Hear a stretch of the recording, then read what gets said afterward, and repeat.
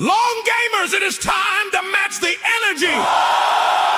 Let's feel the energy. J.F.K. in the mix. Come on. People get up. People get up. Stomp your feet. Let's get down. Match the energy. Turbulence in the chat keeps the plane running. We are all we got. The pivot is magical. One's up.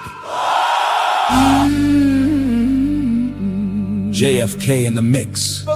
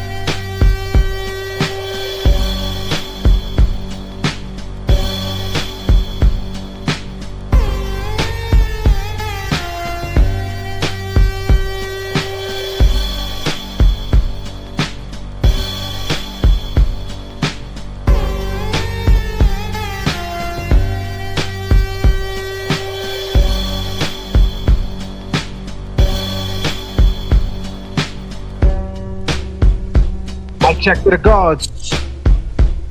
Come on.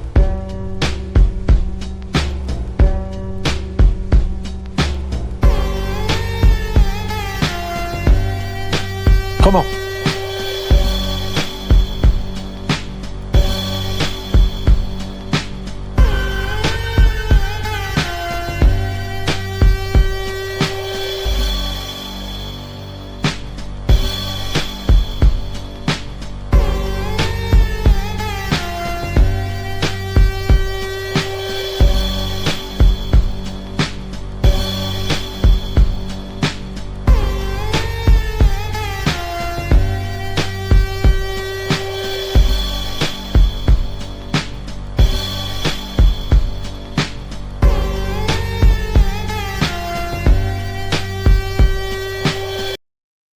Yes, yes, yes, yes, yes. I am here. I am here. You know how this goes, right? Let's take it off. Ladies and gentlemen, we do thank you very much for your attention, and now we invite you to sit back, relax, and enjoy the takeoff.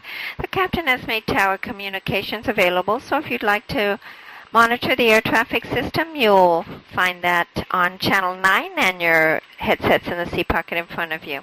We'll give you a little more information about our service plan for our flight this evening as soon as we're in the air. Thank you, and again, welcome aboard. Ladies and gentlemen, we do thank you very much for your attention. And mic check to the guards. Appreciate everybody's attention. You know how this goes, right? We need everybody to match the energy right now.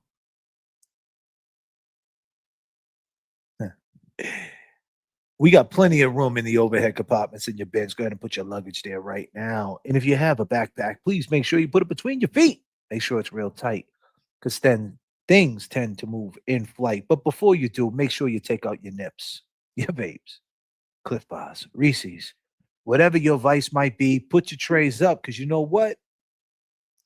We're going up to 39,000 feet. We got goals in different area codes. Go ahead and populate them right now. And let's get the conversation moving. That means match the energy. That's how this show goes. Turbulence in the chat keeps the plane rocking. This is a message from the flight deck. Turbulence in the chat keeps the plane rocking. I go by the name of J.F.K. Some people call me Randy Allen Boucher. Lately, I've been going by the name of Randy McGee. I'm just a guy with an opinion. I'm not on either side of anything. I'm just here to speak my truth. Never Zen Jen says, nips, take out the nips. Oh, goddamn. I can see what type of night it's going to be already. The name of this live stream, ladies and gentlemen, Nolan Wells missing in Mississippi. Missing in Mississippi. Well, he was missing. And we know what happened. They recovered him. R.I.P. Nolan Wells. SCOTT Peterson Innocent? The guy who killed Lacey and Connor back in 2002? The bodies got discovered, I think, April of 2003, 23 years ago. Karen Reed's guilty? We got petty scams and we got scrams. Petty scams and scrams. Wow. Petty scams and scrams.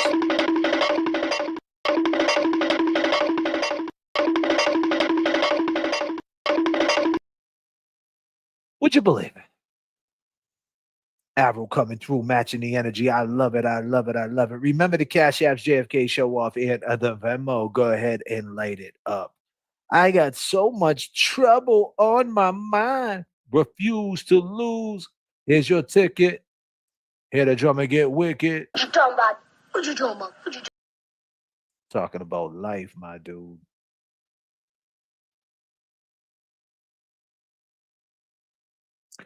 SCOTT Peterson, I thought he lost his appeals. Well, we're going to go over it tonight. I don't know. SCOTT Peterson, Eddie O'Brien. Would you believe it? 23 years, 31 years. 23 years, 31 years. People you see right here on the side, that is Scott Peterson. He did the unthinkable. He got found guilty. So as of right now, Scott Peterson, you were guilty, my dude. You did get the death penalty. They did flip it, turned it into life in prison. And the guy next to him, he was 15 years old at the time, now 45 years old. His name is Edward O'Brien, and he allegedly, but he got found convicted of killing Janet Downing, RIP Janet Downing, January 23rd. We're coming up on 31 years. RIP Janet Downing, RIP Lacey Peterson and Connor. What do they got in common? These two guys right here? Well, both been in jail for a long time.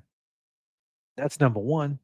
Both got convicted of murder for the unthinkable. One killed his wife and his kid, pregnant wife. The other kid next door, right there, Edward O'Brien, killed Janet Downing. Stabbed her 97 times. His best friend's mother at 15 years old. But the main thing they have in common is they both been saying that they're innocent from day one. And if you go back to day one of both these guys' cases, very similar situations. One being confirmation bias. One being tunnel vision. Not looking outside the box. Tunnel vision. Scott Peterson. They said he was a bad guy. He was cheating on his wife. He was. Massage therapist. When they were looking for his wife, he even called her up and said, hey, I'm at the Eiffel Tower and all these different things. And when they were having a candle light for her and all that. Piece of shit move. Not the most likable guy. But did he kill his wife? I don't know.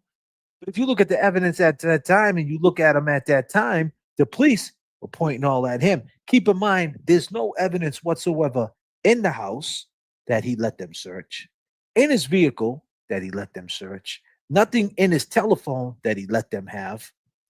In his warehouse, there's nothing there. 3 crime scenes.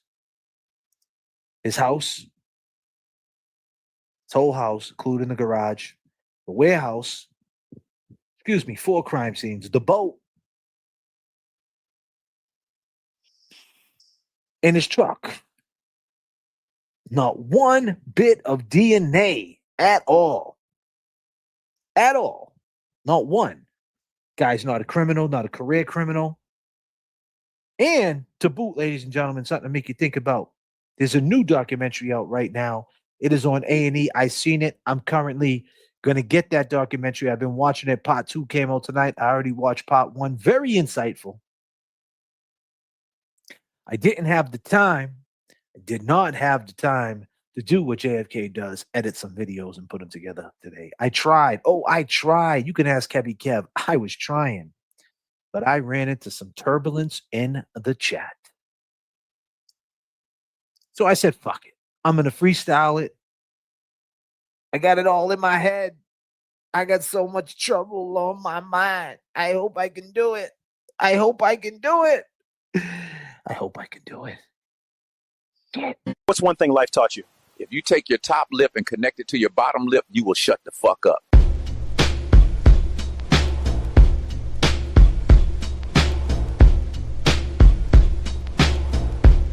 God damn.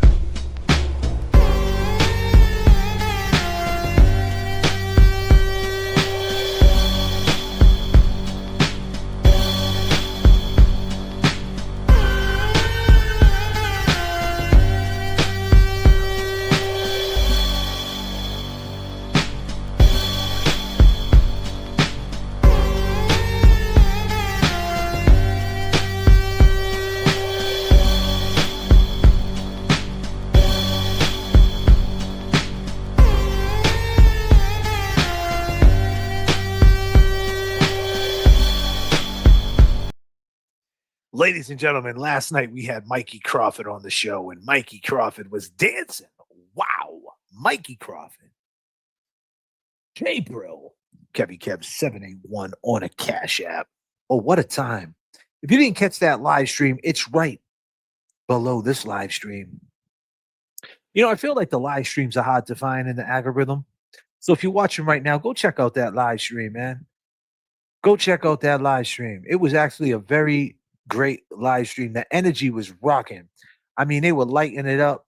Put Crawford lighting it up for me. And not just that, just the whole energy, the whole vibe, you know, good people. And that's what you can detect. You can detect that shit. You can feel that shit. That good energy, you can feel it. And you can also feel when you're being poisoned. And we don't bring that over here. So, full crime scenes. This guy, Scott Peterson. Now, was he a bad guy? He was 1000% as far as cheating on his wife goes, and the way he reacted to it, still calling the girl up and saying, hey, I'm at the Eiffel Tower and all these different things, and scumbag shit. But does that make him a killer? And then the guy next to him, the kid next to him at the time, 15-year-old Edward O'Brien, he took a lie detector test, Edward O'Brien, and he took a truth serum test back October of 1995. Janet Downing got murdered January 23rd of 1995 on 71 Boston Street in Somerville, Massachusetts, where there was a guy who said this that they didn't know, but 30 years later, the J.F.K. show, the one and only J.F.K. show, found this out. I went in about 4 or 5 hours after to get the kitty litter box and the kitten. He went in what? That was it. And what I seen, to this day, I don't wish anyone to see what I saw. What did you see, Adi? What did you see? Adi Ortiz was there. He was there. He was in the cab number 42 on the cab. Wow. There was a guy there, another dude there. Mitzi went in the house for a kitty litter box and the kitten. The people who don't know about this show would say, who cares? Well, here's a big problem. He didn't have a cat. He didn't have a cat. And why did they let him in 4 hours after to go get a kitty litter box and a kitten? Oh, by the way, ladies and gentlemen, when we called him out on it and caught him in lies, he said, I didn't go in to get a kitty litter box and a kitten. And the reason why he recanted that part of the story, because we found out as we dug deeper and deeper and deeper and peeled back the layers, we found out they had a dog. They had a dog named Joshua, a golden retriever. And he never mentioned the dog. So he turned around and said, I didn't go in to get the kitty litter box and the kitten. I lied, guys. I wanted to see how you guys would react to this lie, how you would run with it. I went in to get the dog food 4 or 5 hours after. So on a crime scene, a murder scene, 97 times, blood everywhere, this woman was murdered. This woman was his sister-in-law. This woman was his wife's sister, Janet Downing. Oh, by the way, he used to live in the house. And oh, by the way, the next day, a woman that she worked with that had nothing to do with anybody, no bias whatsoever, went to the police station and said that Janet said she was in fear for her life and that she told her a story about taxi drivers stalking her and doing weird things to her. Oh, by the way, there was a taxi on Hamlet Street, the street right dead next to the house. The house was on 71 Boston, but also was on Hamlet Street. And there was a taxi there where this guy, Adi Ortiz, lost his car key. He said he pulled up. He got a call. He said he pulled up. He lost his car key. He lost his taxi key. He was running around that night, fresh as a daisy. Everybody else, heat wave, blazing hot outside. Him, he was looking good. Hair slicked back, Jacquard cologne, smelling good, looking good, like he just got out of the shower. The water was running in the bathroom when they discovered Janet Downing's body. Edward O'Brien said I had nothing to do with it. He got arrested. Bottom line is Edward O'Brien said he ran out the house. His friends seen him run out the house because they knocked at the door. And I'm just telling you bits and pieces of this case for the people who don't know. And we could get into that one day, but I'm just trying to draw the parallels with this guy who got 31 years in, and this guy who got 23 years in, and this guy with 31 years is saying he didn't do it, and this guy with the 23 years is saying he didn't do it. But you know what's crazy? In 2026, people think Karen Reed is guilty. Would you fucking believe it? I don't know. Nolan Wells is missing in Mississippi, came up in a river, came up in the ocean. People are saying that his friends did it. Scott Peterson's innocent. Karen Reed is guilty, and they got petty scrams and petty scams and scrams. What's going on in these YouTube streets? I don't know. Am I all over the place? Is the ghost energy kicking in? I'm on fire. I need y'all to match the fucking energy. What is going on? Shall I go any further? Shall I go any further? Light it up. Let's go. Long gamers, it is time to match the energy. Let's feel the energy. J.F.K. in the mix. Come on. People get up. People get up. Stomp your feet. Let's get down. From the Match bottom, the now I energy rose. Now the turbulence shit in the is set chat in keeps stone. the I can't leave my flame. crib We are alone. all Now we I barely got. see my home. The pivot is magical. What's up? From the start, all I had was hustling hard. JFK in the mix. My fuel, but I do not harp. A lot of long nights hitting licks when it's dark. When bills due, me and lazy people depart. Prayer and meditation, gotta keep my mind sharp. Power wild mark, never been no mark. Move smart, big dog bite, but don't bark. Get you painted, I ain't talking. Static selector. Barely see my home. Power wild, baby. Hey. I walk outside. Now the shit is set in stone. I can't. Now the shit is set in stone. Now the shit is set in stone. I want a hood in the head. Absolutely. Sticky fingers, ladies and It's set in stone. It's set in stone. It's set in stone. It's set in stone. I can't let it set in stone. I can't. Let's go. Let's make the go. Guess we are the hood boogers. All the hood boogers, scratch that. Maybe it's because we too good looking. Get up.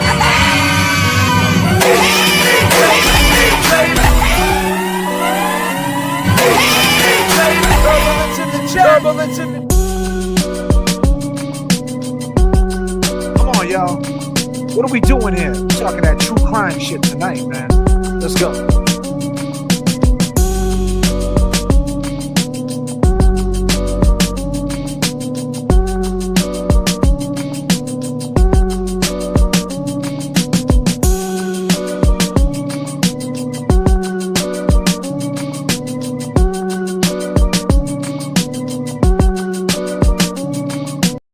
So the point I'm trying to make is, before I get too deep with the Eddie O'Brien case, and if you're wondering what the Eddie O'Brien case is, I have a playlist called The Summer of 1995. You know what? Why don't we just play The Summer of 1995? I also have a whole album on Bandcamp. If one of my mods can put that up,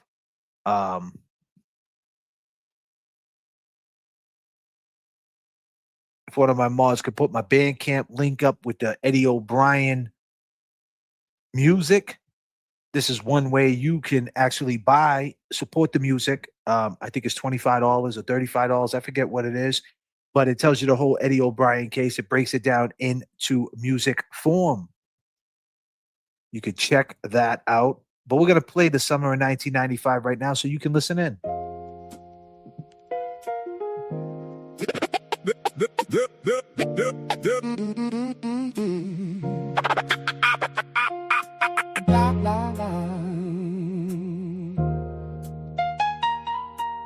Summer. Summer, yeah. Summer of 1995, hot night in July. Why did Janet have to die? This is the story of Eddie, Commonwealth of Massachusetts. The system is petty. Juvenile law and politics so deadly. 15 years old, known as Big Lovable Teddy. Yeah, Janet down at 42 years old, what's the motive? Killed in her home, young mother devoted. Eddie went in the house, the door was open. She was on the kitchen floor laying there frozen. Eddie claims this was not what he planned to see. A man with the mask grabbed him. Be quiet. I will kill your whole family. Eddie left the house, ran up the street, around the corner, washed up in the bathroom at Burger King. Janet was stabbed multiple times. Rest in peace. It was a gruesome murder scene. I agree. Eddie went to his work, said he got jumped, but never said a thing. What?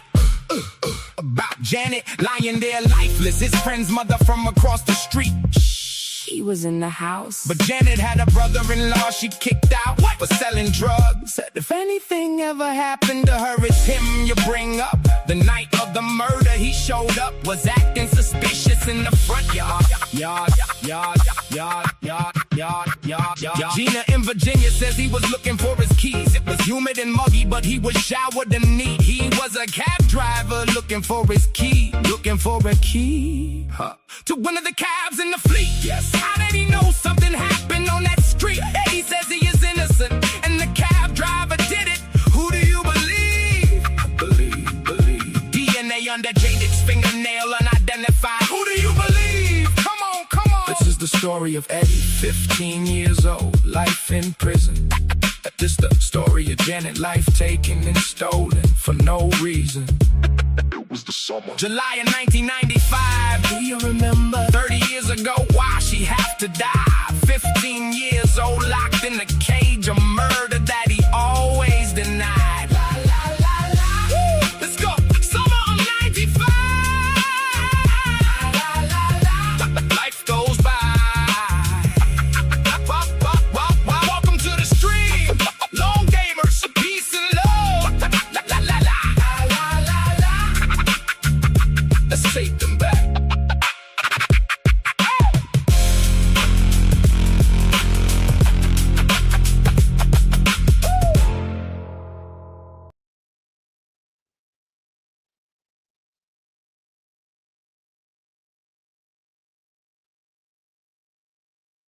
Kevy Kev 781 on the Cash App. What up, my brother? We are here. What's happening? Just kicking it, bro. Just kicking it, breaking it all down, man. Trying to put the pieces together. The name of this show, Nolan Wells, missing in Mississippi. SCOTT Peterson, innocent. Karen Reed, guilty. Petty scams and scrams. What's going on in these YouTube streets, Kevy Kev? It's crazy out there. It's crazy. I mean, just even the heading's crazy. This Nolan Wells, this is a crazy case. We're going to get into that, too. SCOTT Peterson, this is another one. Like, I'm sure a lot of people, remember that case. And who could forget this Karen Reed case? Well, nowadays, if I feel like the narrative is getting more pushed that Karen Reed's, even though she got found not guilty, I feel like the narrative nowadays is that she is guilty. I feel like there's more people pushing in that direction that she's guilty than there is people pushing that she's innocent. I don't know. That's just my opinion. I think the whole thing, turned sour. Exactly. And this was months back. We kind of it fell apart, that solidarity, you know what I mean? The structure. Just sucks, man. Because this is what will happen is you're going to get this these muddy waters, man. You're going to have to truck back through them. Is that the 426 out there? Tell that shit to wait. God I need damn. I need to go to the movies. The movies ain't even there no more. How I fucked just up is bled that? the brakes in that thing. Yeah. But nah, man, I'll tell you, it's crazy what's going on, and and what I've been noticing too, man, is like, there was a good little portion of time that, like, another week went by where, I kind of stepped back myself. And we've seen a bunch of shit going on, man, and it's still going on today. And, I mean, who says we can't speak on it? You know what I'm saying? Everybody else has been speaking on, a lot of bullshit,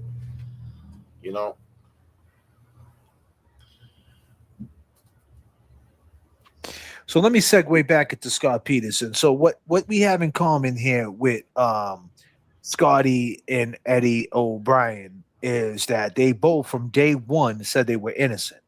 Now, Edward O'Brien in 1995, after he got arrested, shortly after in 1995, he did a truth serum test and he did a lie detector test, which he passed both of them. He passed both. Eddie O'Brien passed both. Okay. I'm not going to get into there is some situations in that I would like to talk about That raises my suspicions about some things, but he passed them both, right? But it wasn't used in court, obviously, although the Commonwealth is the ones that ordered that situation. But they had tunnel vision. They didn't want to hear about the taxi driver who lost the key to the cab. They didn't want to do anything else. It was confirmation bias. They had their man. Now, in Eddie's case, allegedly there was blood, okay, on the door, and it was Eddie's. Eddie O'Brien's parents, I never heard it from Eddie, but Eddie O'Brien's parents is saying that the blood was planted because when he was at the hospital, what happened to Eddie, if you just listen to the song, when he actually was in the house, he actually discovered Janet. He went to go see his friends, Ryan Downing, his best friend at the time. He discovered Janet in the doorway, laying down in the house. He bent down to see if she was okay. He went to touch her.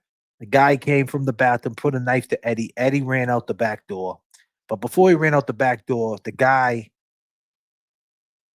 someone knocked at the door, and it was two kids. It was a cat named it was three kids. Marco, what was the kids' names? Marco Fitzpatrick, I think, one of them.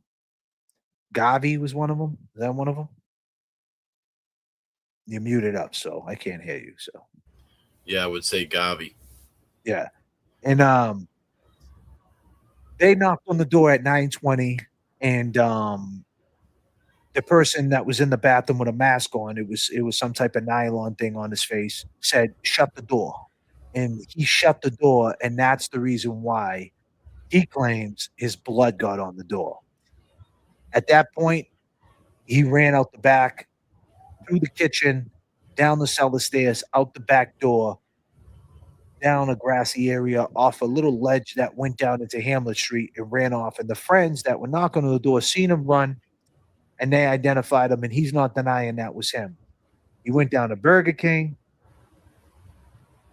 went to wash up, and as he was at Burger King, he left and he walked over to where he works, Midnight Convenience at the time in 1995, and he gets jumped. This is what he says. He gets jumped by an Hispanic male and a black male, right? And what happens after that, Kevin? He ends up taking off and going to Midnight Variety, and somebody ends up calling the cops inside Midnight Variety. You left a big part out. So he gets jumped, and he got cut, got stabbed. He didn't just get jumped; he got stabbed. He got stabbed in his hand. Yeah. So supposedly, they pulled a knife on him, and he, tried to defend himself to get away.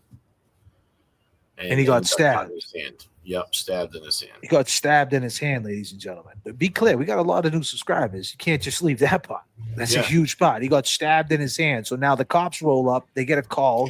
To Kevy's point, someone calls 911, and now they got a person who just got stabbed 97 times and a kid at Midnight Variety who lives right across the street from the person who got stabbed in the hand. Yeah. So, I mean, what are the odds? What is the odds of that? So Exactly. with Eddie's case, there was a lot of probable cause. If that was his blood, I mean, it was his blood. Now he claims it was his blood. He said he shut the door. This is his story. He's saying he shut the door. That is his blood. Well, I believe when he shut the door, his palm print or whatever, it was Janet's blood, but it was his palm print. So yeah. It showed that he was there. But on his way out, in the basement door and all that, that's where supposedly, they had found his blood. Right, and that's where the O'Briens is saying it was planted. Now, he's been saying his innocence all along, 31 years. He never flip-flopped at all, right? And be clear, he passed at 15 years old, an altar boy, never been in trouble, passed the lie detector and a truth serum in October of 1995. I like to go back to the time right when it happened. That was a couple of months later. It wasn't years later. It was a couple of months later, and he passed it. Now, let's talk about Scotty Peterson. Same thing. Scotty Peterson, they have him in interrogation rooms. And in the interrogations room, they say he was cold. He wasn't acting the way you would be if your pregnant girlfriend. This is on December 25th, which is crazy because allegedly he did this on Christmas Eve. Now, what you don't know about the Scotty Peterson case, or you already do know, but most people don't. Now, I urge you to go to A&E. If you don't have A&E, there is some apps that you could get it. And I urge you to go watch the New Evidence documentary. And I'm going to play a clip on YouTube. The guy who actually put this thing together, he's an attorney, and he kind of goes into some detail about it. But I'm telling you, now, I wish I had the clips to play. So your man J.F.K. is going off the top. I'm trying to gather all these thoughts from the Eddie case and the Scotty case, right? And I watched the Scotty case in real time back 20 years ago, 23 years ago. 20 years. 23 years. So now, Scotty, when he was inside the interrogation rooms, they said he wasn't acting the way you would act if your wife was missing. Now, keep in mind, they interrogated him all day long and never put a camera on him. Never put a camera on him. He got interrogated at his warehouse where he let them search. Got interrogated at his house where they let them search. He got interrogated everywhere all day long. And finally, they get him inside the room.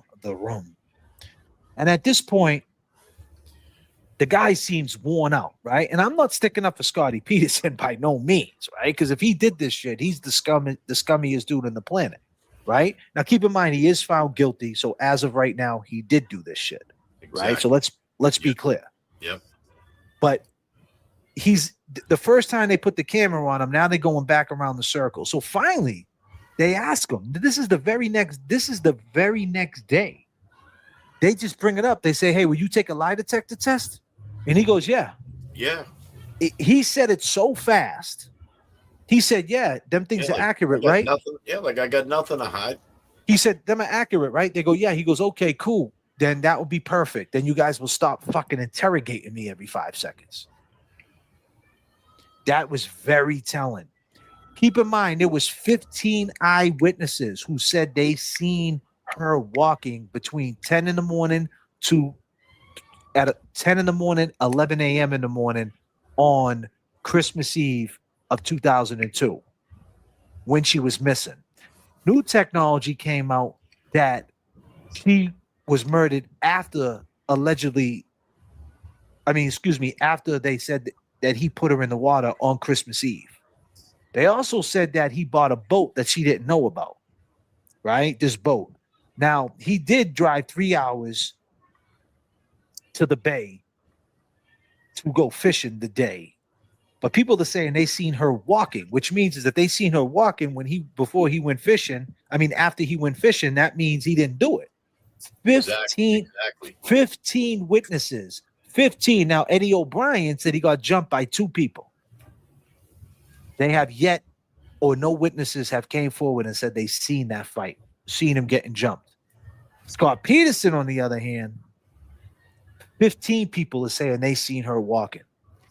The cop, this is the same situation, talk about tunnel vision. The cop wrote down notes, right? That could have been exculpatory evidence. When asked where the notes were, he said he destroyed them.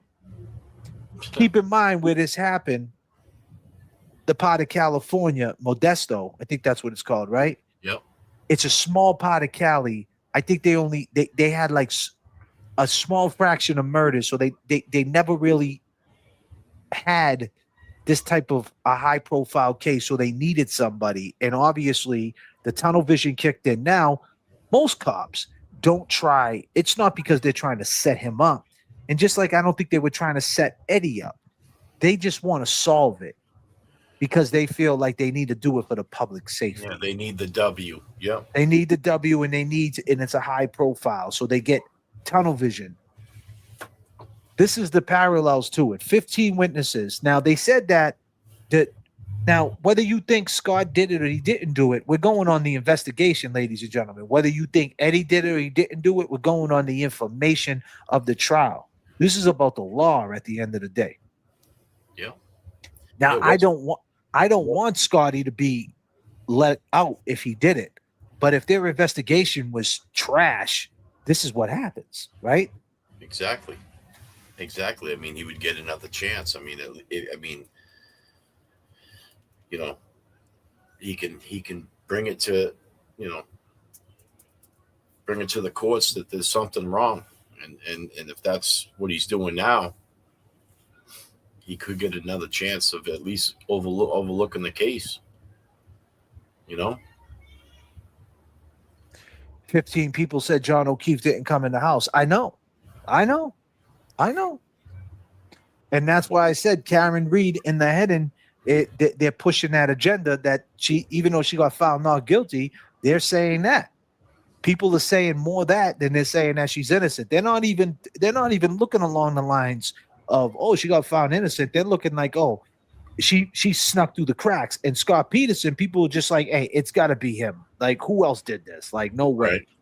You know what I mean? He's the husband. Right. He did it. He had a girlfriend. He's a piece of shit. He did this shit. But they're not thinking about the next day in 1995, a cop's in his face going, when you take a lie detector, before he could even finish it, he's like, yeah, no problem. Quick. I mean, and most people, I mean, let's stop there for a minute. I mean, do you think, you know, a guilty person or somebody that was trying to hide something of that, you know, crime would be quick to accept a lie detector? No way. You know what I'm saying? I mean, no way. And even to cooperate and let them search his work, search his, you know, residence. You got four crime scenes, bro. You got the house that he's got to clean up spotless. They found no DNA. You got in the garage, obviously. Yep. You got the truck. You got his warehouse, and you got the boat. No DNA or nothing on none of it. He cleaned it perfect, and he let him in, and he gave him the phone. Yeah.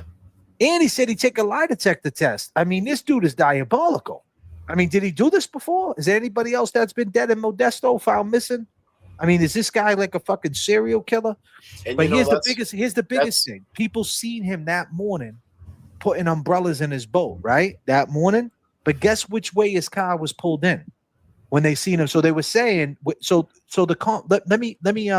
let me back up a little bit. Rewind that. Rewind. Let me back up because I don't have the. I was trying to put it together today. I ran into some. You got this shit. Go ahead. I ran into some turbulence. I couldn't do it. I wish I could show you guys and then go over it, but I'm gonna try to freestyle this from the top and make it clear because I'm passionate about this shit. So excuse me if I get a little fucking hype. But here's the thing. That morning, when he was leaving to take that ride up to the bay to go fishing, keep in mind that they're saying that he bought the boat. This was all premeditated. He bought the boat and it was all premeditated to take her on the boat and dump the body in the bay, and that she didn't know about the boat. Now they found handwritten letters. The Innocence Projects found handwritten letters inside the house, right? And inside the handwritten letters, they would in trial they were saying it was his, right? Now they got experts who said the letters that were written, the writing was, and you could see it in this. If you guys watch this documentary, you'll see it. Just the eye test, you could tell it's her writing. It was Lacey's, and Lacey was was basically looking for pots for this boat. So basically his story is that I bought the boat for my father-in-law and I took it up. Now keep in mind, this is Christmas Eve, and I took it up to the bay to test drive it before I gave it to him for a gift. Now that kind of makes sense though. Yeah. Right? Yeah. So she, a couple of weeks prior to that, was trying to get some things for this boat, an anchor, like certain pots. You're a boat dude. Like she was trying to get some accessories for the boat. So them letters came back to her writing, which means is she knew about the boat, which kills their whole premeditated thing that he bought the boat and kept it secret. She didn't even know about the boat, right? That's number one. Number two, the day that he's packing up the boat to go, he's bringing umbrellas. They're saying that's when he was putting the body in broad daylight. He did this all in broad daylight, right? He's carrying a body and all these different things, right? No one's seen him. In the neighbor's houses, there's no shade, meaning like there's no way he could hide. It's right out in the open. Someone looks out the window, they see what's going on. Yeah. It's a small boat, right? Guess which way he was packing that boat? Do you think now, if you were going to put a body from the garage into the boat, which way do you think you would be backed in, right? Yeah. They testified that he was headlights to the garage and the boat was on the street. So that means he would have to carry the body down the driveway and put it in the boat. That's what I'm saying, cuz that shit's crazy. I mean, yeah, let's stop and think about that for a minute. I mean, all his neighbors, everybody that's, wondering, seeing this boat for the first time, if it's a big secret. They're seeing him put the. Do you understand what I just said? Yeah, they're seeing him pack his boat. Now he's gonna walk down his driveway out into the street, load the body. Now his lawyer took a person out to the bay, right? With a body in that boat, that same boat, and try to dump that body in the bay, and the boat capsized because it's so heavy and it's so rocky out there at the same time of the day. Yep. The boat arm is sunk, right? But they wouldn't let that in. The video is on this. I'm going to get the video for you guys. I'm going to make it better. Tomorrow, I promise, or the next day, I will make this presentation flawless. But as of right now, just use your imagination what I'm saying. They wouldn't let that in because the judge is a Canoni and said that's not science. But I mean, damn, like you seen the dude with a dummy. It was a dummy trying to throw the dummy overboard and the boat arm is sunk, right? Okay, boom. So now we got the handwriting that she knew about the boat. Now, keep in mind, he's sloppy, right? He did all this sloppy. He backed in the front of the house this way, headlights towards the garage. He's a sloppy dude, right? But yet everything is clean, perfect, right?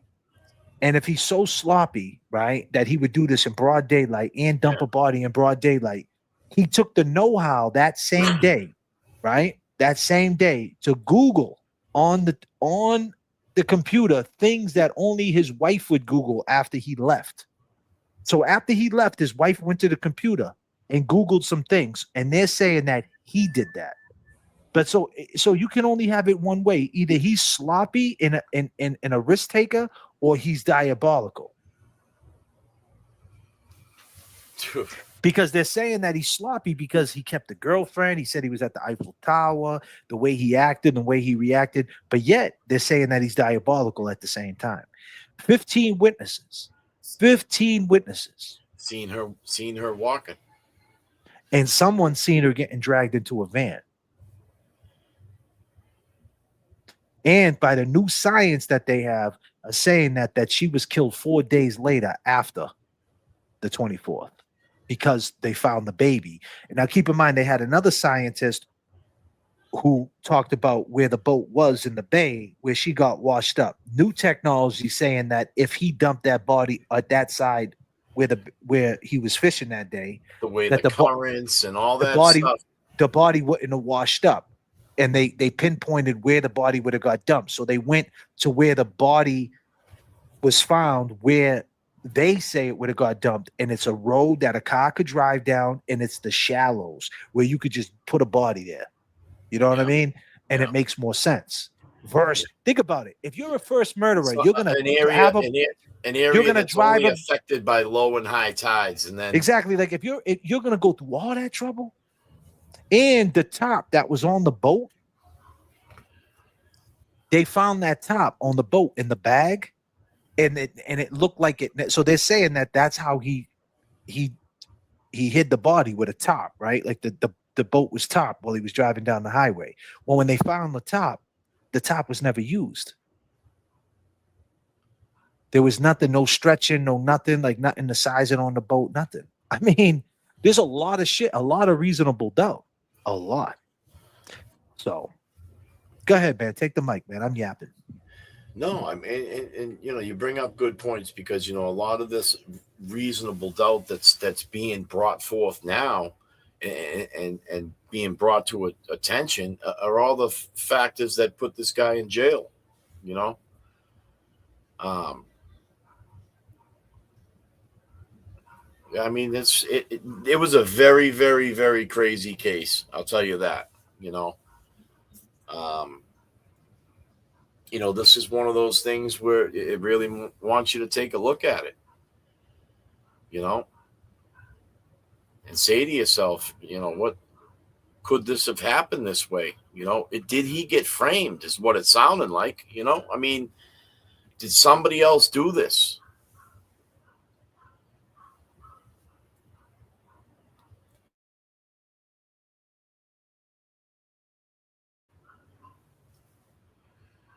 I mean,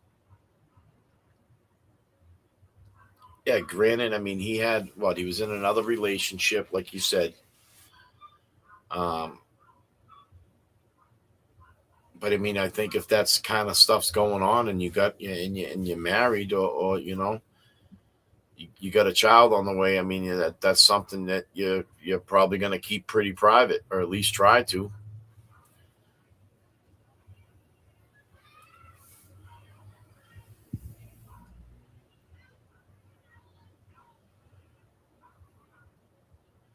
Let's go, people. I see people out in the chat. I see some new names out there. Since day one of Lacey's disappearance. ABC News legal analyst and one of the experts featured in this Annie documentary. Chris has followed this case since day one of Lacey's disappearance. This is the kind of evidence that changes cases. What's fascinating is he doesn't just sit in a studio and talk about it. He takes us back to the scene, retraces the investigation, and starts poking holes in the case. Honestly, he had me questioning things that I thought I'd settled long ago about different timelines, 15 new witnesses, and groundbreaking technology that shows Lacey's body had to have been dumped from land. If any of them are right, then Scott Peterson had nothing to do with her disappearance. Does that mean Scott Peterson is innocent? No, but it does make you stop and ask whether every lead was followed, every assumption was challenged, and whether the Los Angeles Innocence Project may have uncovered something worthy of taking another look. Be sure to like and subscribe. We're following all the cases that you're obsessed with. Now let's get into it.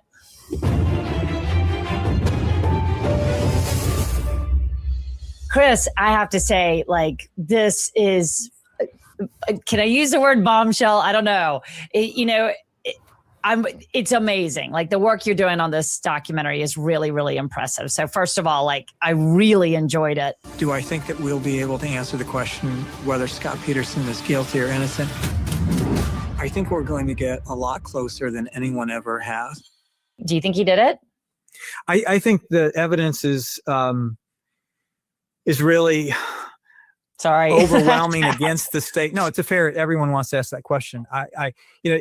The lawyer's answer that no one likes is the fact that what's being tested here is whether he received a fair trial. I have absolutely no hesitation in saying to you that for the litany of reasons that we've been able to demonstrate, thanks to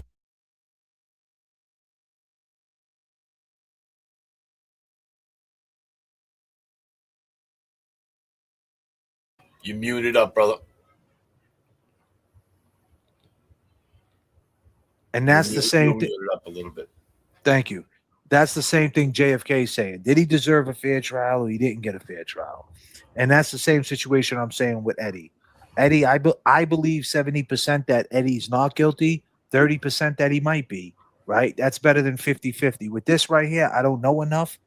But by watching this documentary, I would say that they definitely had tunnel vision. Same thing with Eddie. This is a parallel perfect to Eddie's case. Two people that have been in jail for a long period of time, that they had tunnel vision on just one person. Same thing with Karen Reed. They had tunnel vision on her, set her up, frameworked her, and didn't look anywhere else, right? So all these cases are kind of parallel to each other in similar ways. So let's listen to him. This is the guy who put it together. He does a great job. The work of the dedicated people at the Los Angeles Innocence Project, it's really undeniable. His constitutional rights were violated. He was deprived of the right to a fair trial. On the question of did he do it, 1/3 of all these crimes are committed by an intimate partner. That means 2 out of 3 times it happens, somebody else is involved and responsible. There's a burglary that happened in the house across the street. These are tiny little homes with little front yards. you could throw a baseball from your front porch to your neighbor without any difficulty at all. And Lacey's the kind of person that everyone says would have confronted someone if she saw them committing a crime across the street. So that's enough for me to say that that Scott's deserving of a new trial and the case is deserving of a complete reexamination. And that's top to bottom, looking at the state side as well as the defense side, and that's what we try to do. What was it like to delve back into this? I mean, this case, you had to really go into your file cabinet in your mind. I've been an ABC News legal correspondent all these years. I was at the time of Laci Peterson's disappearance. Back then I spent my evening on Larry King Live, going toe to toe with Nancy Grace over this particular case. So I thought that I knew it. I really thought I knew the case. And what the Los Angeles Innocence Project demonstrated is that I didn't know the half of it. And we really wanted to look at all sides of it. So, of course, we went out and met with independent experts, some of the best in the country. And what was amazing about it is that as groundbreaking as we thought the new evidence was, when we would meet with independent experts who had no involvement in the case, no dog in the hunt whatsoever, they would point out more things to us than even the LAIP had pled. We tried to look at it from the state's side. We tried to look at it from Scott Peterson's side. In almost every case, when we would sit with experts and they would point things out to us that weren't even in the filing, it supported what the Los Angeles Innocence Project was saying about the case, which is that the new evidence changes the narrative completely. How did the LA Innocence Project get involved? Do you know? First of all, they were contacted by the Peterson family, but the LA Innocence Project gets requests by the thousands on a daily basis from prisoners and prisoners' families who want their cases reviewed. And they only take the most meritorious cases, and they only take cases that they believe meet the California actual innocence standard. So they only take cases that they believe that they can prove actual innocence in. So for them, it's one thing that for them to get the request to take the Peterson case, with this maligned figure. It's another thing for them to go out and do a 2-year investigation and come to the conclusion, which they absolutely believe in his innocence. Just a fresh set of eyes looking at cases, at old cases, can move the needle. When you talk about a fresh set of eyes, you're so right, because one of the things that the series shows, among many, is that there's this burglary that occurs across the street from the Peterson home. People have, from time to time, heard a bit about it. What they don't know is how the evidence from that crime was physically destroyed by the police. What they don't know is that while the police said immediately from the jump, it's unrelated to Laci Peterson's disappearance, this burglary occurred on December 26th, the day after Christmas. She went missing the day before. We're able to show live interviews being conducted by local media with news trucks up and down the street early morning in the dark of December 26th. You couldn't get a parking place across the street from the Peterson's house because there were news trucks there. And if you came to haul out of that home safes with cash in them and all kinds of other household items that were stolen from the Medina home, you wouldn't have been able to do it in front of all the news crew. So that's the kind of thing that a fresh set of eyes brings out. And then everybody says, well, yeah, of course. Okay, so that crime didn't happen on the day after Christmas. It happened the day before Christmas, and that's the day Laci went missing. It's the same. The same is true with the eyewitnesses who we've heard about through the years, but the police didn't investigate because it didn't fit their theory. And you have new information coming out in this documentary about how the eyewitness accounts specifically were handled. Especially considering that there was a burglary across the street. Now we got new timelines, but now there's like a whole new way of looking at it. There were 15 eyewitnesses who saw her walking her dog on the day of her disappearance. Almost all of them place her walking her dog at a time after Scott Peterson had already left for the San Francisco Bay. If any of them are right, then Scott Peterson had nothing to do with her disappearance. One of the things that you learn immediately is that these eyewitnesses, they weren't looking for attention. most of them recognized in the early days after a disappearance that witnesses who were stepping forward, who had seen her or had seen the dog, were getting really bad treatment in the media. It almost immediately didn't fit the media narrative.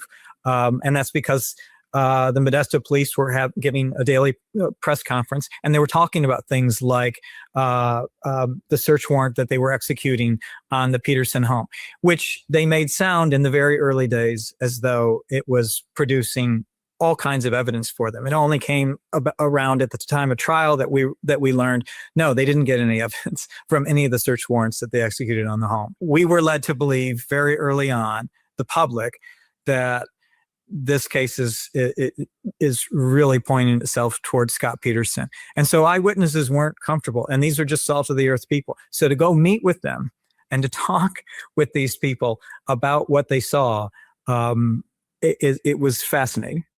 Well, so now we get into the nitty gritty of this a little bit, Chris, because these notes, there were notes that when Scott Peterson actually launched his boat into the water, and who knew about this boat and how this boat came into play for the prosecution. Yet now you're going to be able to shine some light on who actually knew about this boat to begin with, which I guess was a major sticking point in the first trial. It is, and you've hit on something that not a lot of people are hitting on, which is the boat. This storyline that the prosecution maintained throughout the entire case. They talked about it in their opening, and they talked about it in the closing. They said, "Look, Scott Peterson secretly purchased this boat. It was not known to Lacey's family. It was not known to Lacey, and he kept it a secret because he intended to use it for the commission of this crime." And only in the past couple of years, out of nowhere, have these notes that were taken from the Peterson home during one of the executions of one of the search warrants, these Post-it notes with handwriting from phone calls to marine supply stores, pricing things like anchors for a boat. The state, though they have no explanation for why they never turned that evidence over to the defense for all of these years, argues that even if it's Lacey's handwriting on those notes, well, she had a nautical theme for Connor's bedroom, and that's all that is related to. She wasn't buying. Now, how crazy is that? The whole theme of Connor's bedroom was going to be boats. It's going to be yeah, but that's what they're trying to pin that her search and stuff, and but she was looking for an anchor though. What was she gonna do with a fucking anchor? Right. Live weighted anchors to hang over the crib. It makes no sense to make that. Live is related to. She wasn't buying live weighted anchors to hang over the crib. It makes no sense to make that kind of argument. Actual physical anchors, the 50-pound type. They don't belong in the corner of a toddler or baby's room. They don't have any place around children. They've got sharp edges and all the rest. But it was something that was needed for Scott Peterson's boat. And that evidence, of course, was not shared with the defense.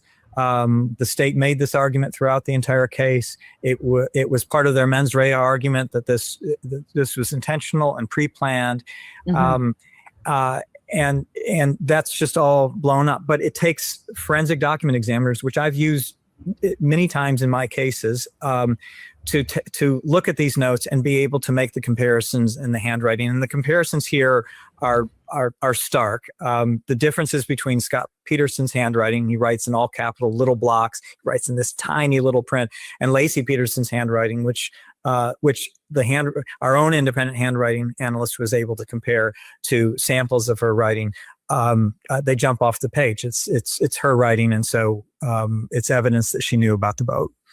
The technology that you were able to use in this case, as far as where they believe Lacey's body would have been put into the bay. Talk to me about why this is going to completely change the way we look at this case.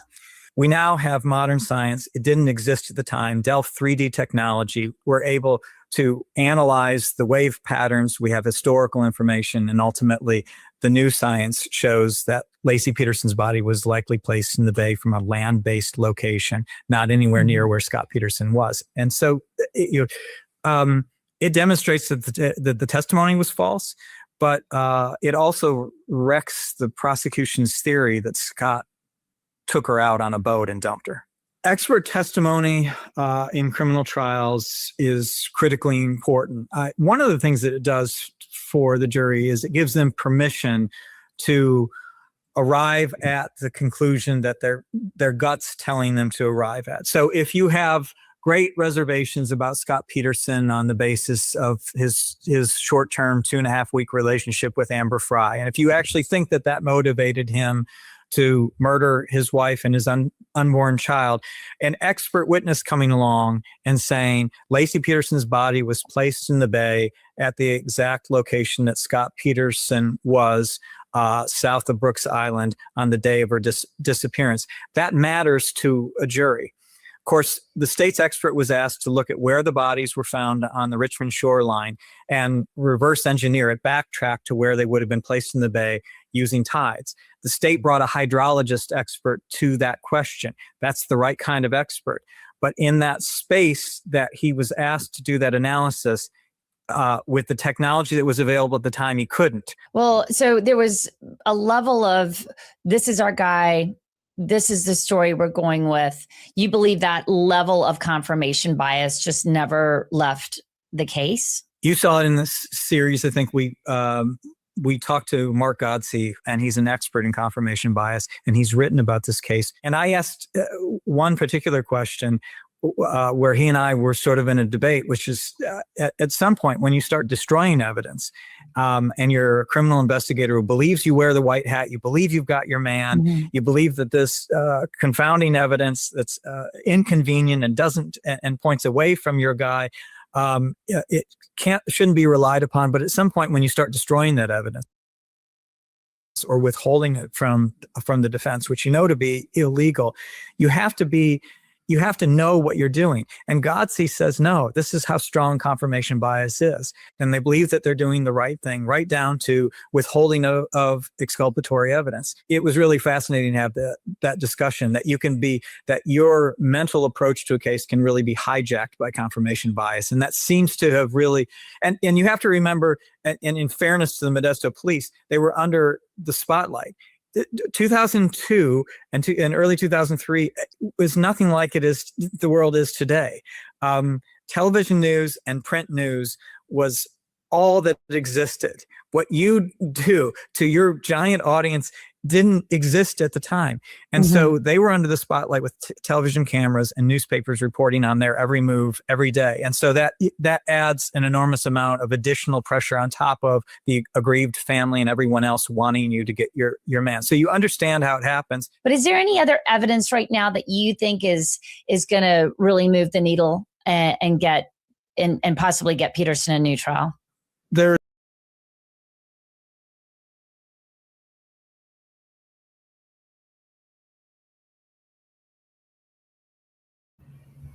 Did Scott do it?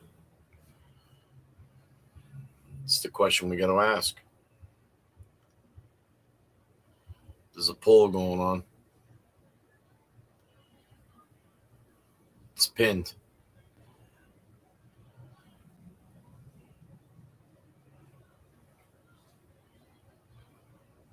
Yeah, that's a lot. So removed from the longitudinal studies, the gold standard science that exists today for determining the age of a science that existed at the time with ultrasound and cross-sectional studies that was used to try to date and age a child was so removed from the longitudinal studies, the gold standard science that exists today for determining the age of a child in utero. And what all of the experts say is that the likelihood is that Connor Peterson died, meaning that Laci Peterson died, sometime between 4 days and 2 weeks after Laci went missing. If Connor Peterson is still alive, after December 24th, and Scott Peterson's not involved in Lacey's disappearance. And so these are, I mean, this is the kind of evidence that changes cases forever.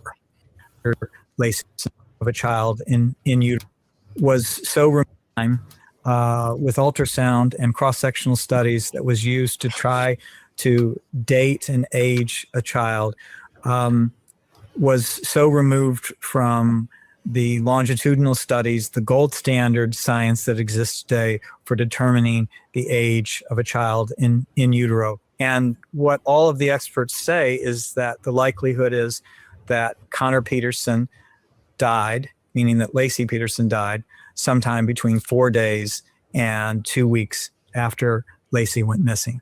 If Connor Peterson is still alive after December 24th, and Scott Peterson's not involved in Lacey's disappearance. And so these are... I'm trying to understand that. Sometime between 4 days. What all of the experts say is that the likelihood is that Connor Peterson died, meaning that Lacey Peterson died, sometime between 4 days and 2 weeks after Lacey went missing. If Connor Peterson is still alive after December 24th, and Scott Peterson's not involved in Lacey's disappearance. And so they're saying that they figured out the age of the when she was pregnant. What they're doing is they're going by the time that he was in the bay, and that he would have, if she went in the water, she would have been she would have died, that day. Yeah, I know that, but I'm saying they're saying she died by the by what they've investigated, that she the new technology died 4 days after December 24th, meaning that Lacey Peterson died. But I'm trying to understand the new technology. With two important pieces of new scientific evidence. One of them we talked about in terms of where Lacey Peterson's body was actually placed in the bay. The other one has to do with Connor Peterson's body. It's separated from Lacey Peterson's body. There was a storm on April 14th. Her body and Connor's bodies were found a couple of days later on the shoreline. The science that existed at the time with ultrasound and cross-sectional studies that was used to try to date and age a child was so removed from the longitudinal studies, the gold standard science that exists today for determining the age of a child in utero. And what all of the experts say is that the likelihood is that Connor Peterson died, meaning that Lacey Peterson died, sometime between 4 days and 2 weeks after Lacey went missing.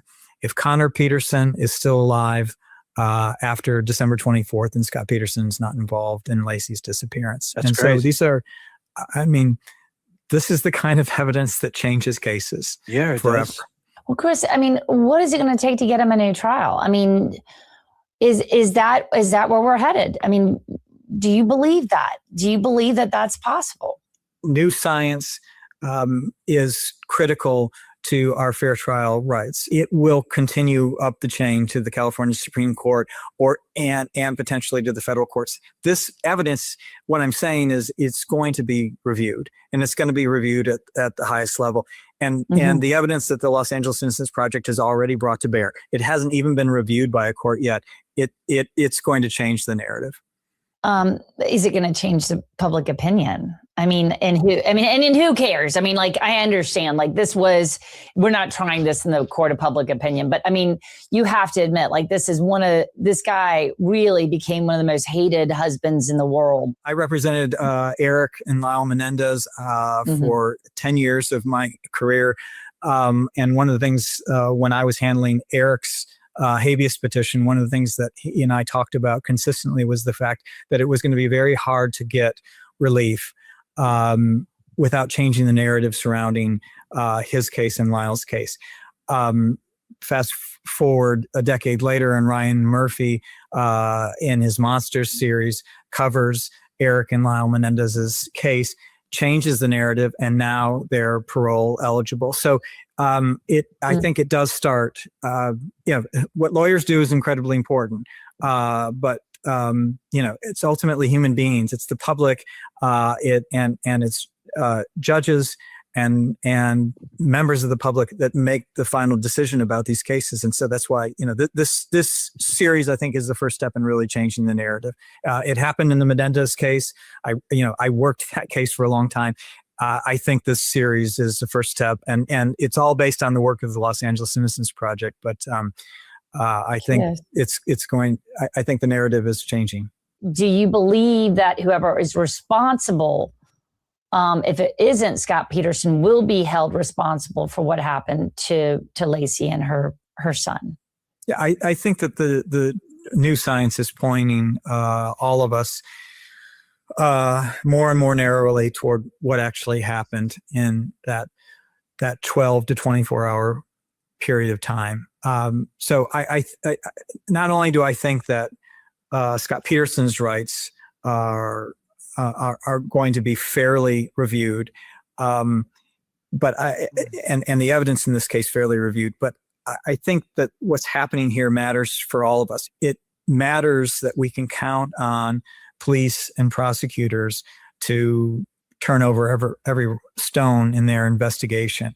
The idea that in this case, evidence was excluded and withheld, and in some cases destroyed, is something that doesn't just matter for Scott Peterson. It matters for all of us, because, but for the grace of God, any one of us can find ourselves in that situation. So whether you listen to this man, you like Scott Peterson or you don't like Scott Peterson, whether you think he's guilty or not, the larger question of whether he got a fair trial, whether this was a fair investigation, whether confirmation bias invaded all of it, whether police destroyed and withheld evidence that they should not have, is something that everyone should be interested in. And that's what we've been saying, ladies and gentlemen, every single day about Eddie O'Brien. And we got a lot of backlash because everybody wants us to say, "Oh, Eddie's innocent. Eddie's innocent." No, you can't talk about Eddie unless you say he's innocent. No, it's about a fair trial. I 100% don't think he got a fair trial if there's DNA underneath the fingernails that excluded him and never been tested. And 100%, as much as I hate Scott Peterson, right? If he did this crime, if that technology is 1,000% about the baby, and she died 4 days later, and that comes out to be true, there's no DNA anyway of him. Then there's a van burned. We're going to get into that. He admitted he would take a lie detector test. And just because you hate him because he dated a girl and he cheated on his wife. I get it, ladies. You guys are upset. I totally get it. I mean, he didn't do this, right? I mean, it could be worse. He could have went totally crazy, and he could have did this.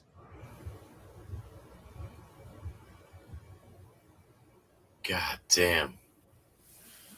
He could have been this guy. Betty Baker. Long gamers, it is time to match the energy. Let's feel the energy. J.F.K. in the mix. Come on. Get up. People get up. Stomp your feet. Let's get down. Match the energy turbulence in the chat keeps the plane. We are all we got. The pivot is magical. One's up. J.F.K. in the mix.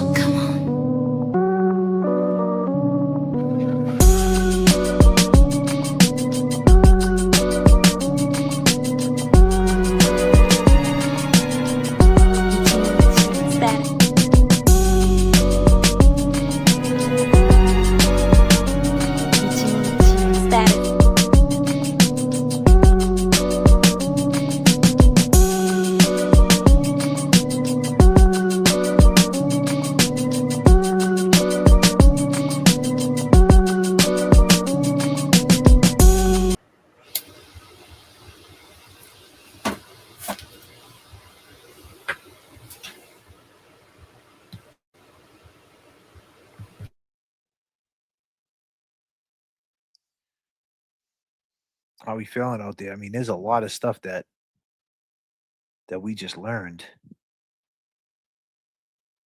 That's a lot of stuff, man.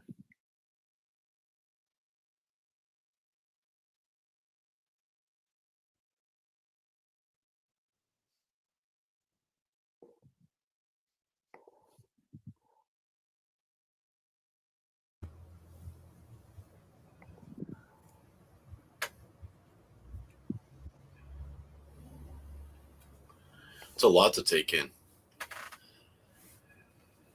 You know, this new technology, I mean, they're probably talking about, you know, with all the times of death that they pronounced, you know, and her medical records, and, you know, they can determine, they definitely can determine. Yeah, this doc's good for sure. An approximate time of, you know. Now, from what I mean, I actually, in the chat, I was watching it earlier, and somebody had mentioned that Lacey had witnessed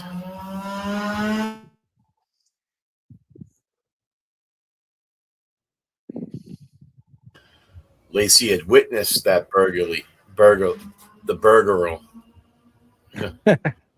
Can't say that word. It's a tough one, isn't it? Yeah, she witnessed the B&E. The B&E. She witnessed it, and it's they went on with that. They got those 3 suspects or whatnot were arrested, and they were, you know, questioned and let go. I mean, I don't know how truthful that is to hear about it now that, you know, we're gonna play it. We're gonna play it. I'm gonna go to that part. You know, there was a home that was burglarized. They lied about it, bro. They said that shit happened the next day, dude. And the shit happened the day. There was no way. That's why I said the parallel's the same. The news cameras and everything. There was no way they did a B&E while she was missing. They were like, oh, let's do a B&E. The girl got fucking a pregnant lady's missing. Let's do a B&E while that's happening. And they ended up skating out. It's no different than the Eddie O'Brien case with the cab. Like how the cab end up getting up on the street. It's the same situation. They lied. The cops lied. That alone is a new trial, man. That alone. Yeah, I mean, but what I'm saying is that I mean, I hear him say safes, you know, filled with money and shit. I mean, if we're talking about that it was you know, a play by design. These dudes were scoping that house out, or they knew that this, you know, next door neighbor had, you know, a ton of cash, and, you know, they were you know, they were going into that B&E, you know, ride or die. You know what I'm saying?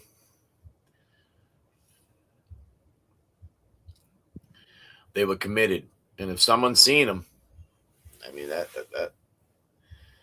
good way to get fucking thrown in a van. I mean, what are they gonna do with her at that point when she's out and about and they got her? You know what I mean? Like they're going crazy looking for her. I mean, then why would they kill her too? If they just, you know, why would they kill her? Why didn't they just let her go? I don't know. But we're about to find. I mean, it could have, you know. If they got 3 strikes in LA, let's go. This was a year ago. Remember, not you didn't do it right, not guilty. Meaning he didn't do it, it was someone else. What is it? A burned out orange van. So, what do we know? Look at the van. Who was it registered to? Who set it on fire? Why? Was it a cover-up? And why did they burn the van, though? Like, if they did a B&E, why would they fucking burn the van? They don't have to burn the van, bro. They could just wipe it. And why was all of this never disclosed to Peterson's attorneys on trial? True. News Nation correspondent Laura Ingle joins us outside the Modesto Police Department, and we also have Mark Aragos, Scott Peterson's first attorney. Thank you for being with us. What do you like, getting Chinese food? Well, I don't have time for that. So, Laura, what do we need to know?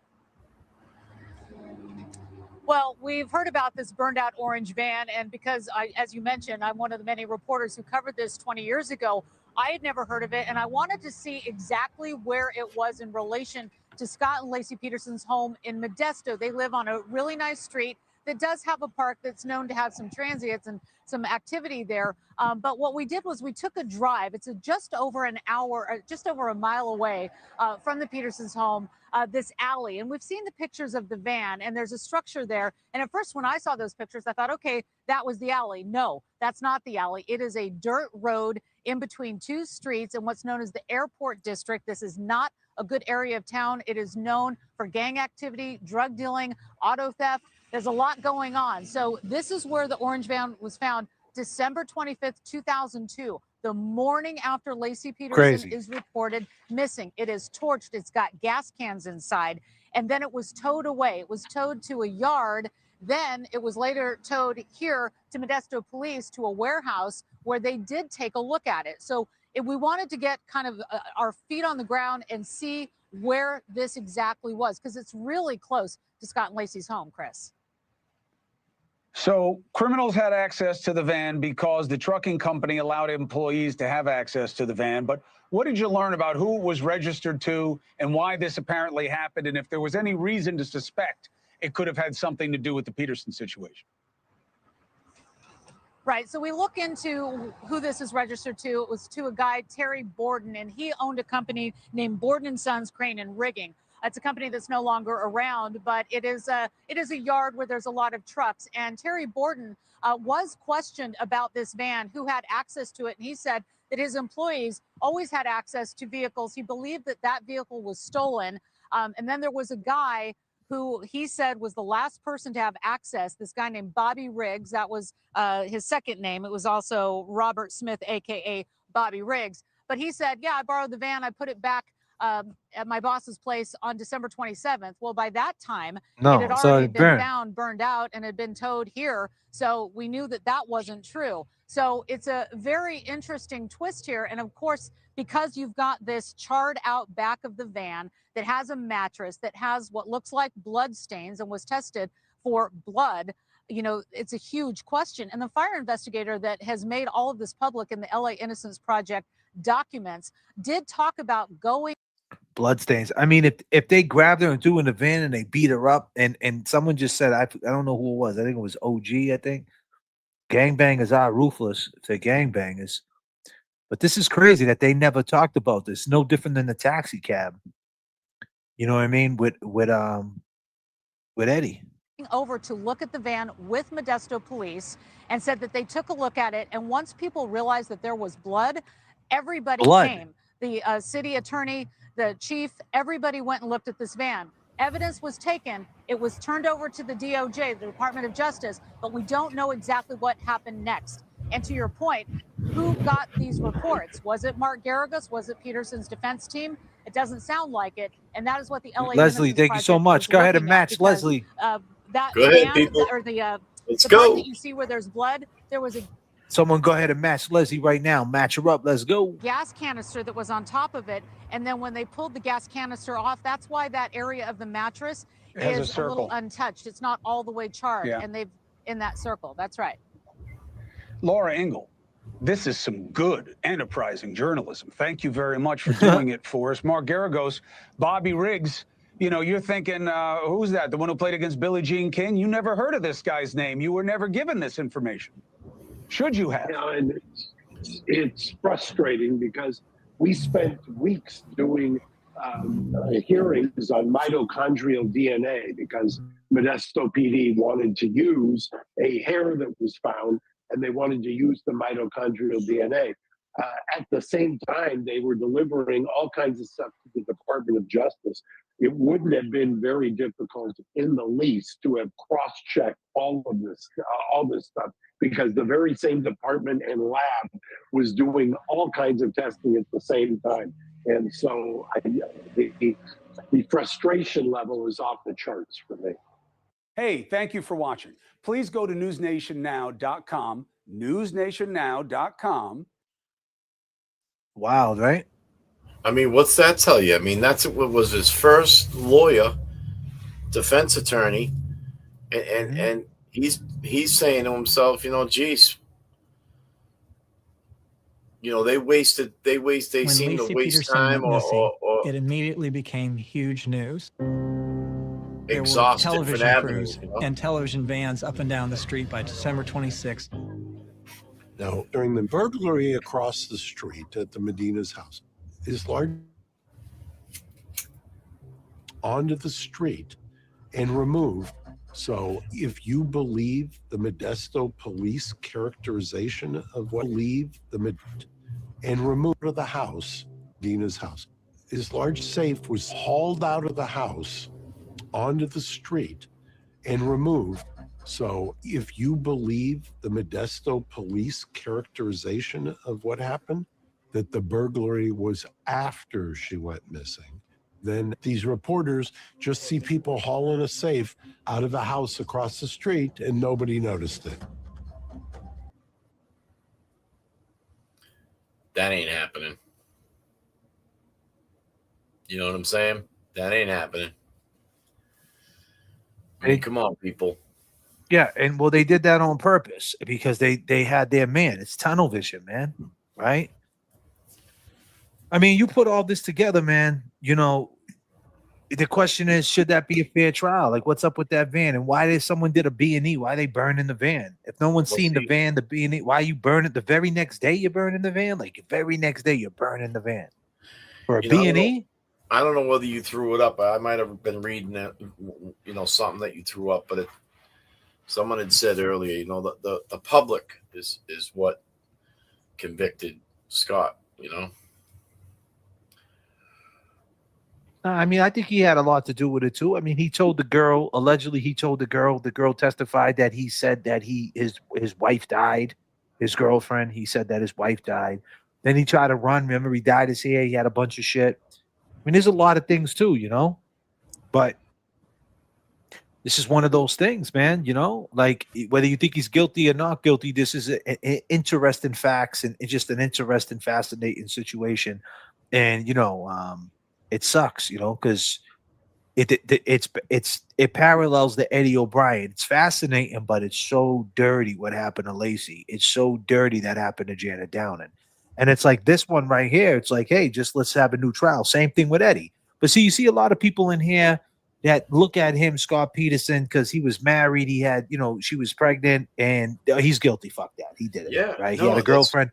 But with Eddie O'Brien, he's 15. He didn't do it. There's no way he could have done it. You can't pick and choose. At the end of the day, I'm not saying that you can't say he's not guilty. And I mean, if you think he's guilty, he's guilty. But the fact is, do you think he should have another trial? Same thing with Eddie. I think fair is fair. Do you think that Eddie should have a fair trial? Like even Adi. Adi says Eddie did it. Okay, but Adi, you just based on all the inconsistencies that came out of your mouth, you're the reason why he deserves another fucking trial. God damn, Adi. You know what I mean? Like, it's like, did he do it? Okay, cool. Maybe he did, but all these inconsistencies, the way they had tunnel vision and the way they did the investigation, this is what happens. So then boom, because in the end, the DAs, all they're doing is looking for the truth. If they got all the evidence, just lay the evidence back out and you should convict them again then, right? Now, I'm not saying, I mean, this is a touchy situation because I would hate to let a killer get out. Exactly. And you've let that be known a half a dozen times, But then again, right? Like you're seeing all this shit and you're unfolding all this stuff. You got to ask yourself the question: if you're the cops and you have the pressure and you have this tunnel vision and you don't look at anybody else, and there's no explanations in both cases, that's the reason why the Eddie O'Brien and the Scott Peterson case is the same, because they're saying, oh, that B&E had nothing to do with Lacey's disappearance. And with Eddie, they're saying the same thing about the cab. Oh, the cab had nothing to do with it. Nothing. Had nothing to do with it. Nothing at all. You know what I mean? So it's kind of like, well, maybe if you would investigate a little bit, you might have found something else. Exactly. Exactly.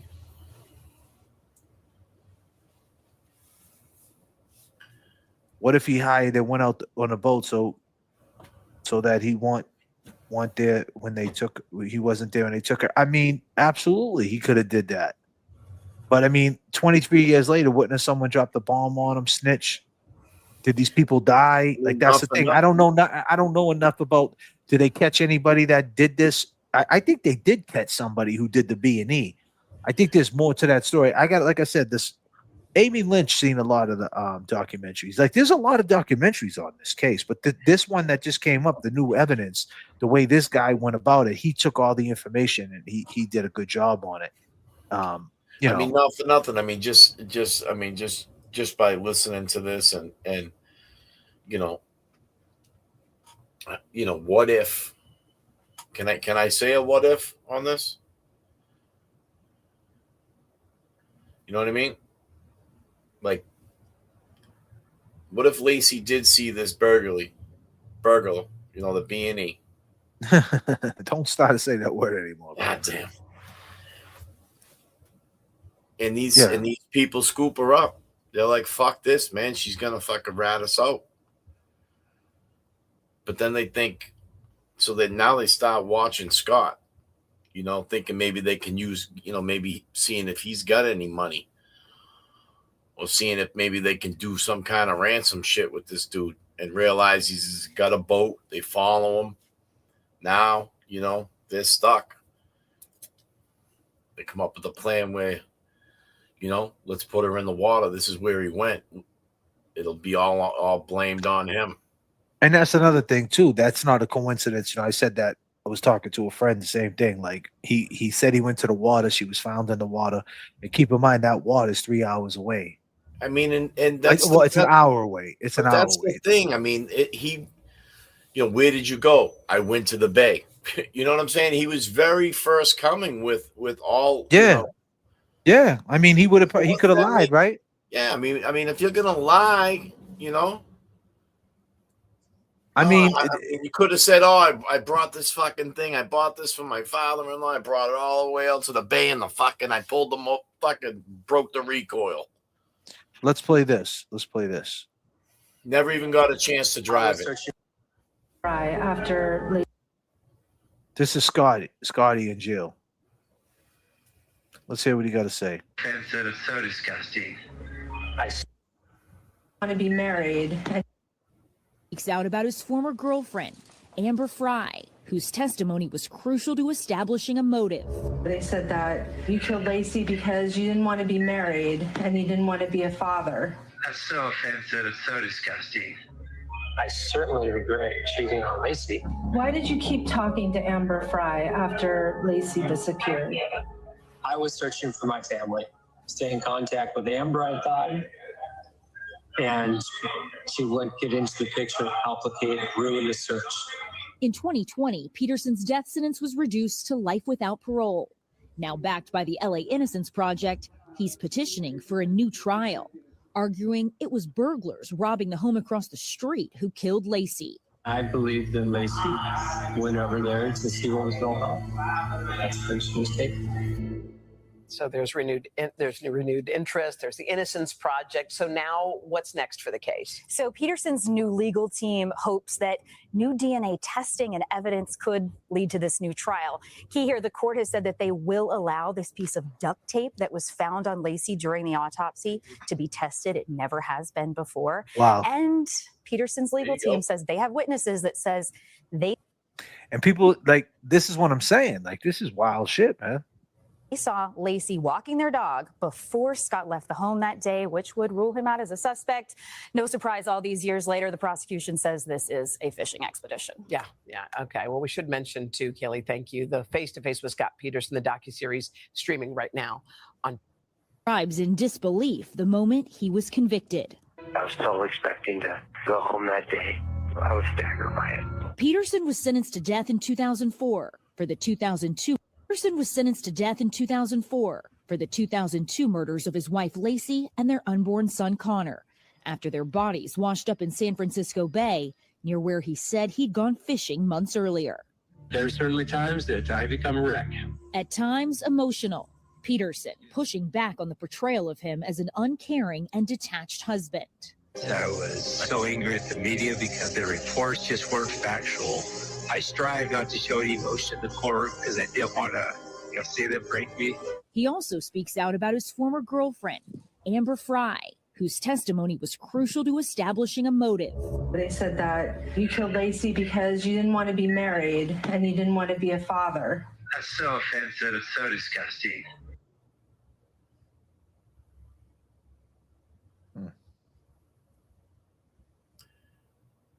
He said that he didn't want to show that much emotion during trial because he didn't want him to break you. Yeah, he didn't want them to see him get broken down.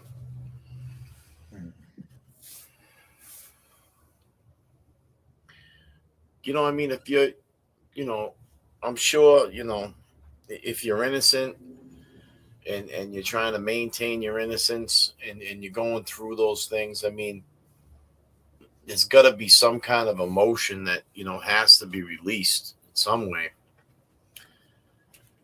You know,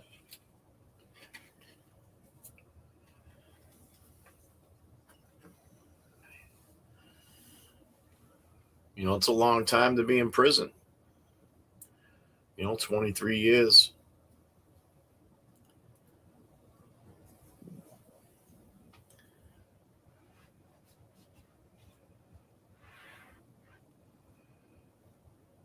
I mean, the other thing too is, like you said, I mean, what else happened in, is it Medina, California?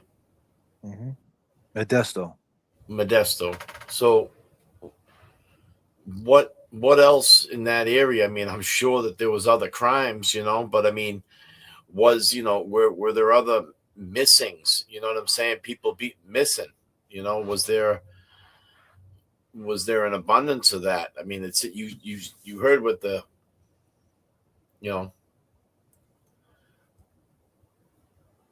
they were saying. I mean, it's just, if it was gangs or the street where they found the van, that could be telling too. You know what I'm saying? What kind of a neighborhood,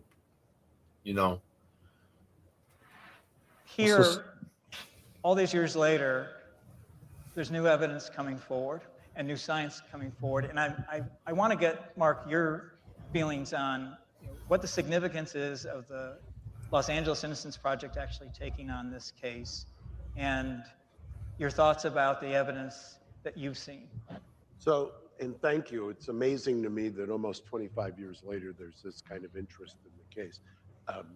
To that point, people often ask me the question, I'm sure you get it all the time. Do you think he's how innocent? Do you sleep at night doing what you do? Here we go. Common refrain, has been for 40 some odd years. And my response to them before this case and after this case, and this case is the perfect example, it's I sleep fine when I'm holding the government to account. I sleep fine because if the system does not work, if the lawyer falls asleep, or if the lawyer does not investigate, or if the lawyer doesn't do anything, it's my job to hold the system and make it work. What does keep me up at night is when I believe that I'm defending an innocent client. That's when I lose sleep. I jokingly say, I don't believe there's anybody who in real time knew the evidence in this case better than I did.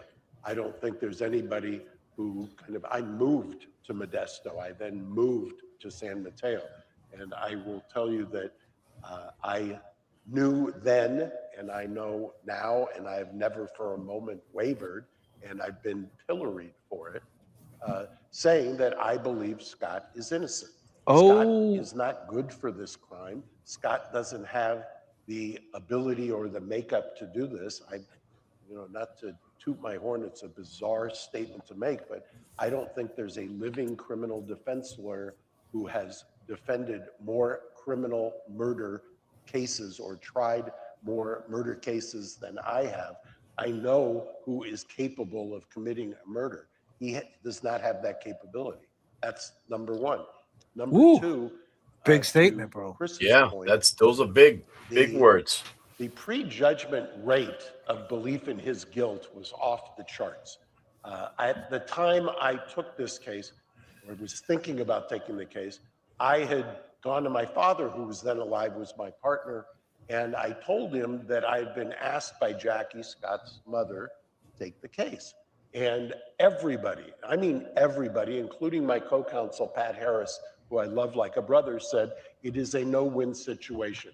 You've got a great career. Why would you do this? If you win the case, you're a loser. If you lose the case, you're a loser. In fact, to that point, CNN actually did an online poll after I lost the case. Thank God, 66% of people believed I still would have a career. But the thing that is particularly keep in mind, this guy is real good friends with Alan Jackson.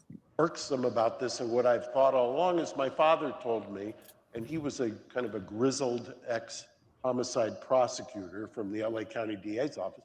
He said, if you're not going to take this case because you're worried about people harassing you or doing whatever, then why are you doing what you do? Go sell oranges on the side of the freeway. Oh, shit. For the new evidence, I get a chuckle out of that. I'm looking at the monitor and it says Scott Peterson, the new evidence. It's not new. The day he was convicted, Uh-huh. that day, the day that he was convicted, we were handed discovery in real time.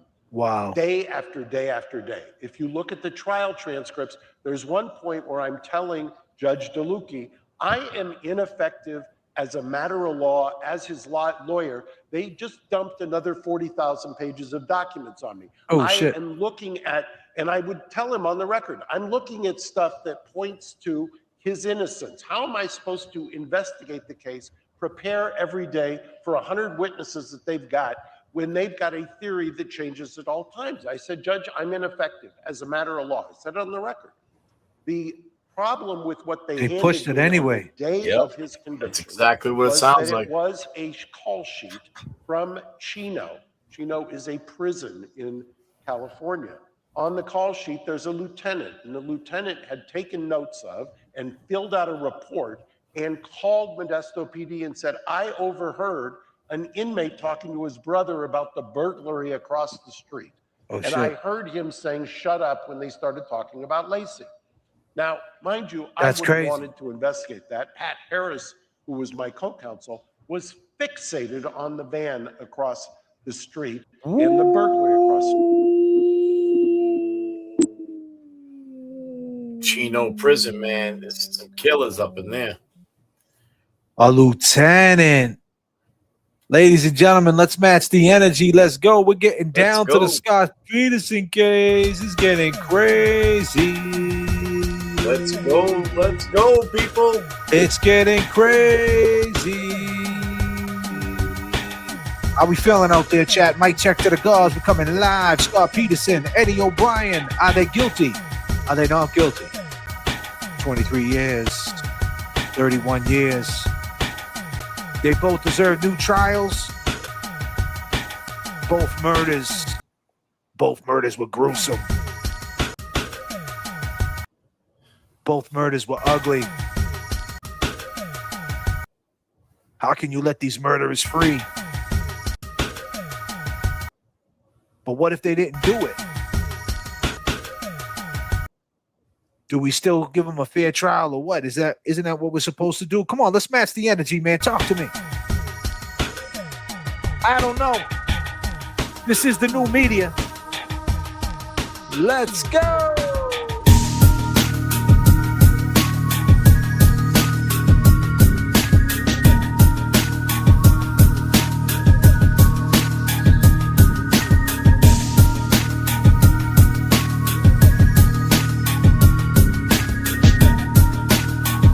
Long gamers, it is time to match the energy.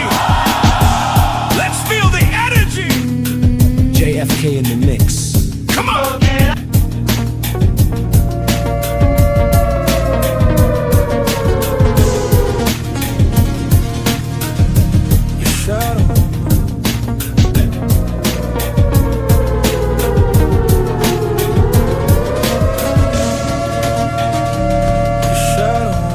Everything comes from the stoop.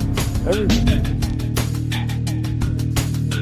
Free Kelsey, thank you so much. Come on. Snatch it, Free Kelsey.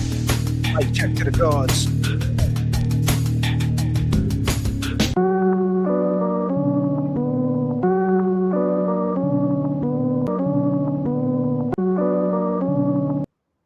Who's matching Free Kelsey? Go ahead and match Free Kelsey right now. Let's go. A lieutenant said he heard people talking up in the prison about the murder. Dude said, shut the fuck up. Don't talk anymore. What are we talking about?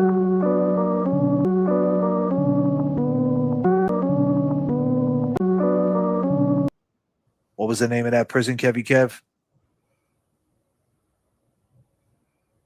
What was the name of that prison, bro? Oh, god damn. It was Chino. Chino.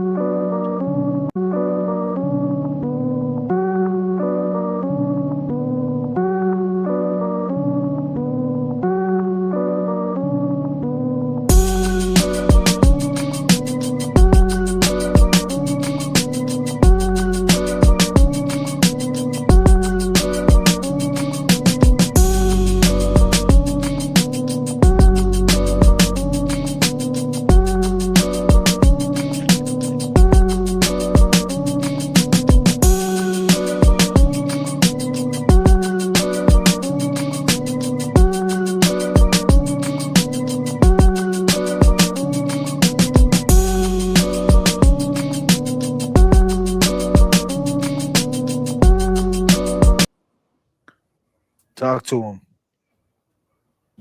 Street. Pat was like the Harris who was burglary across the street, taken notes of, and filled out a report and called Modesto PD and said, I overheard an inmate talking to his brother about the burglary across the street.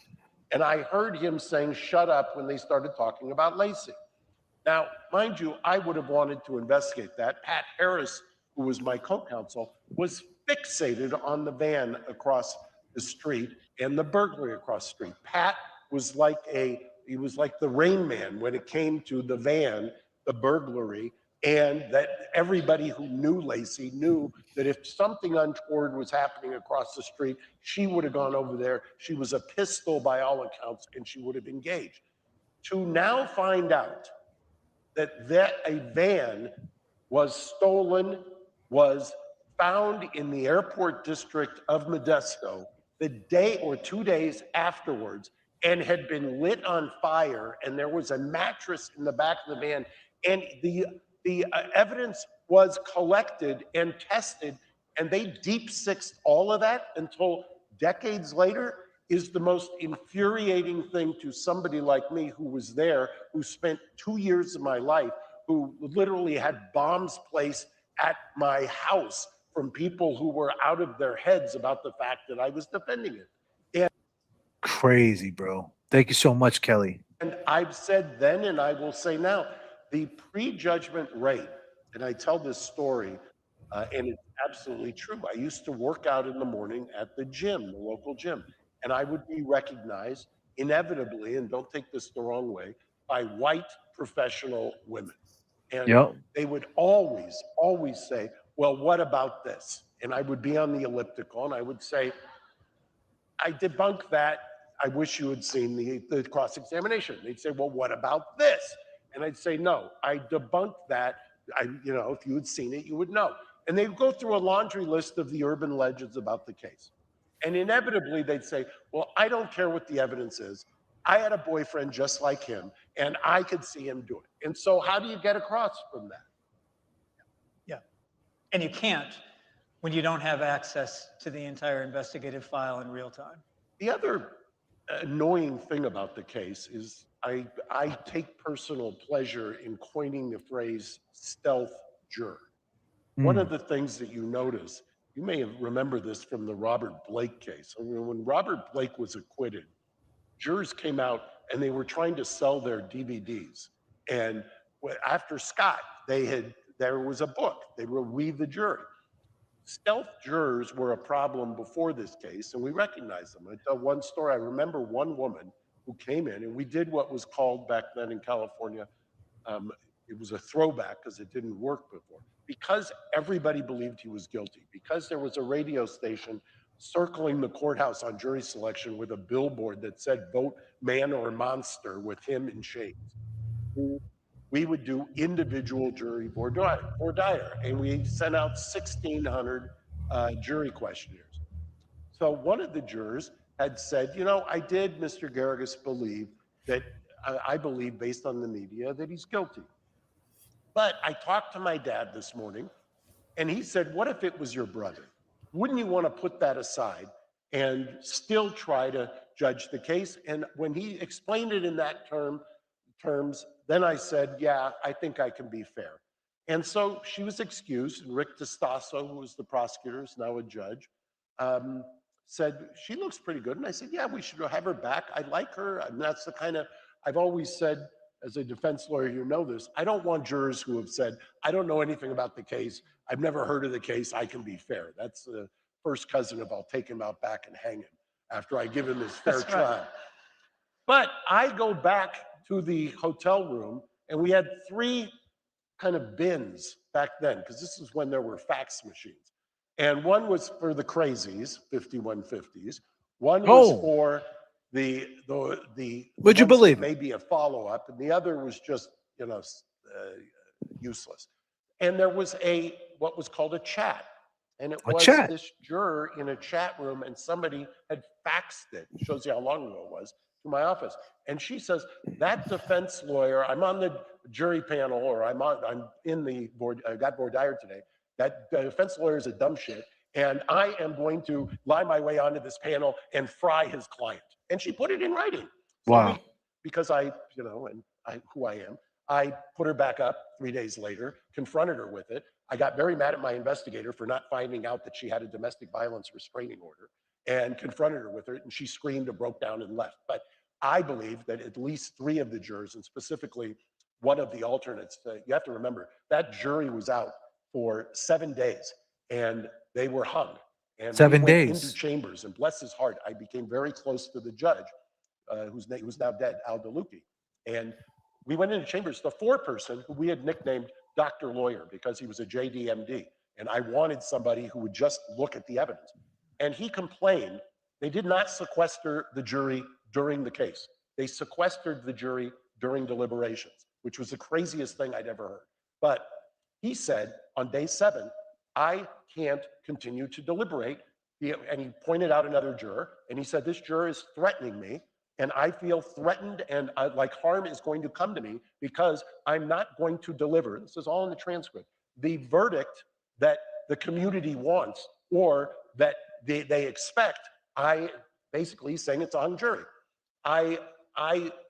He gets excused to go outside, and I tell DeLucchi I'm making a motion for a mistrial, or bring the other juror in who's giving him crap and threatening him. Judge DeLucchi, who later told me after the trial that the then Chief Justice of California told him under no circumstances is this going to be a hung jury. Wow. Judge DeLucchi excused the foreperson, Dr. Lawyer, and substituted in an alternate juror. And I may have told the judge in chambers, and I don't say this proudly, but I think I told him to fuck off and die. Nice. And stormed out, and I was pretty hot. And within the next hour and a half of deliberations, because when you remove somebody, you get a jury instruction that says you have to start all over again. Within an hour and a half, they convicted. And Wow. on day 9 I think there was a holiday in between. And that, to me, was part of just the system breaking down. And yes, I know he was the most hated man. And I know, for all of you in here who ask, I'll anticipate your question. It's very hard for people to get over the image in the media of Scott with Amber, with his arm around Amber, who, if you're going to write a bad romance novel, a blonde massage therapist from Fresno, with a picture looking like this, and he's gleeful, and then a picture of Lacey sitting in a chair like this, very pregnant on Christmas Eve, and the suggestion is he's cheating with the blonde hussy as his wife is sitting at the Christmas party by herself, pregnant for 9 months. That was the visceral kind of narrative that it's very hard to get over. Yeah, people couldn't get past the fact that he was cheating on his wife, and for anyone to talk about it was treated almost as sacrilege. I remember how much grief you got. Oh, there were very few of us in the media that actually took our defense position seriously. So there were all kinds of defense attorneys that talked about this. So we talked about it on Larry King on a nightly basis. I would talk about it on Good Morning America, which was my job in the morning. We would talk about it on Court TV, and I would be surrounded by esteemed defense attorneys, people that are, some of the best. But timing is everything now, because now it's the power of the live stream. It's the power of social media, the new media. Like this, like if you brought this case up now, he was cheating on his wife right now. This same case happens. Would you have the same response? Something that happened in 2003 and 2026, this happens. With all the shit the world's doing right now, I think from generation to generation, because back then we were in our 20s, man. Like even right now, you would say, so what? Doesn't mean he was cheating on his wife. Like that shit happens every fucking day with all the shit we see. Exactly. That's why earlier, like I said, even back then, for someone to be doing that, cheating, having a girlfriend on the side, having a wife at home that's 9 months pregnant. I mean, come on, that's definitely going to be a secret. I mean, if it gets exposed, and it shows that he was being secretive about it. I mean, it's a good reason why he was being secretive. He's got a wife, and I mean, he was being bad. Yeah, he was fucking up. Everybody took the prosecution's side because it just was the popular thing to do. And we heard from the witnesses that many of the eyewitnesses who saw Laci that morning, who we know about because they made a report very early on in the first few days, later became very reticent about having any involvement whatsoever with the police because anyone that found out. So like a lot of the witnesses didn't even want to be witnesses no more, saying that they seen Laci walking because they didn't want to be looked at. You know, like you said, the popular opinion was, you know, he did it, and they didn't want to be them people. Exactly. You know? Exactly. Wow. Like that, you know, like the public is who, you know, the public perception of what happened, you know. He was a cheating husband that was trying to eliminate his wife. About their name in the media would destroy them and would talk terribly about and suggest that they had a dog in the hunter, that they that they were searching, seeking out for some sort of attention. It was just, and so they're still talking to us 24 years later, saying, first of all, I don't want to go on camera. Secondly, you need to understand that all of my friends there in Modesto said, what are you doing? This guy's a sociopath. You're helping him. And they would say, I'm not helping him. I'm just trying to tell the truth. So everyone, lawyers, witnesses, anyone involved. To your point, I had friends who I didn't speak to for years because they had lost their minds in terms of this case, literally lost their minds. Defense lawyers who had completely, it was almost like they were in a trance, not understanding that the prosecution has to prove a case. And God forbid that there's a presumption of innocence. It was one of the craziest kind of inversion or life upside down I've ever seen. I give this one other example. When it was announced that I was representing Scott, this was in the early days of websites, and my website crashed. And I was told a 500,000, 500,000, back then that was huge, in 2003 or 04, people basically wishing I would get cancer and die. Very close in time, I was representing Michael Jackson. I had represented Michael before this case. And during this, the investigation for child services, the search warrant, his arrest, the website crashed again. And after I fired my IT guy, most of the people who crashed the website for Michael were incredibly supportive, wishing me well. Here we are 20 some odd years later, and people are now talking about Scott may be innocent and Michael may be a predator. So it just tells you that the world changes. Yeah. And he ain't and lying. I want to draw you in on this, and I'm going to skip ahead in our conversation a little bit because I want you to help remind us and maybe give Mark a counterpoint of all of the arguments that the prosecution had in their favor when it came time for trial in the Scott Peterson case. And give us your view also as, as a seasoned investigator in a place like LA County.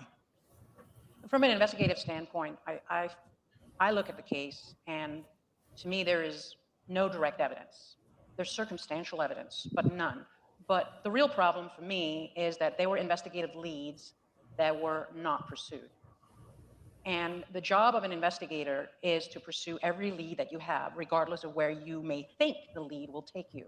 Because the whole point of an investigation is to be as thorough as possible and obtain as much information so that you can piece it together and make to provide a case for the district attorney so they can then determine whether there's enough to prove beyond a reasonable doubt. And that was not done in this investigation. And I think there are two key areas of this investigation where I felt that there were some real failures.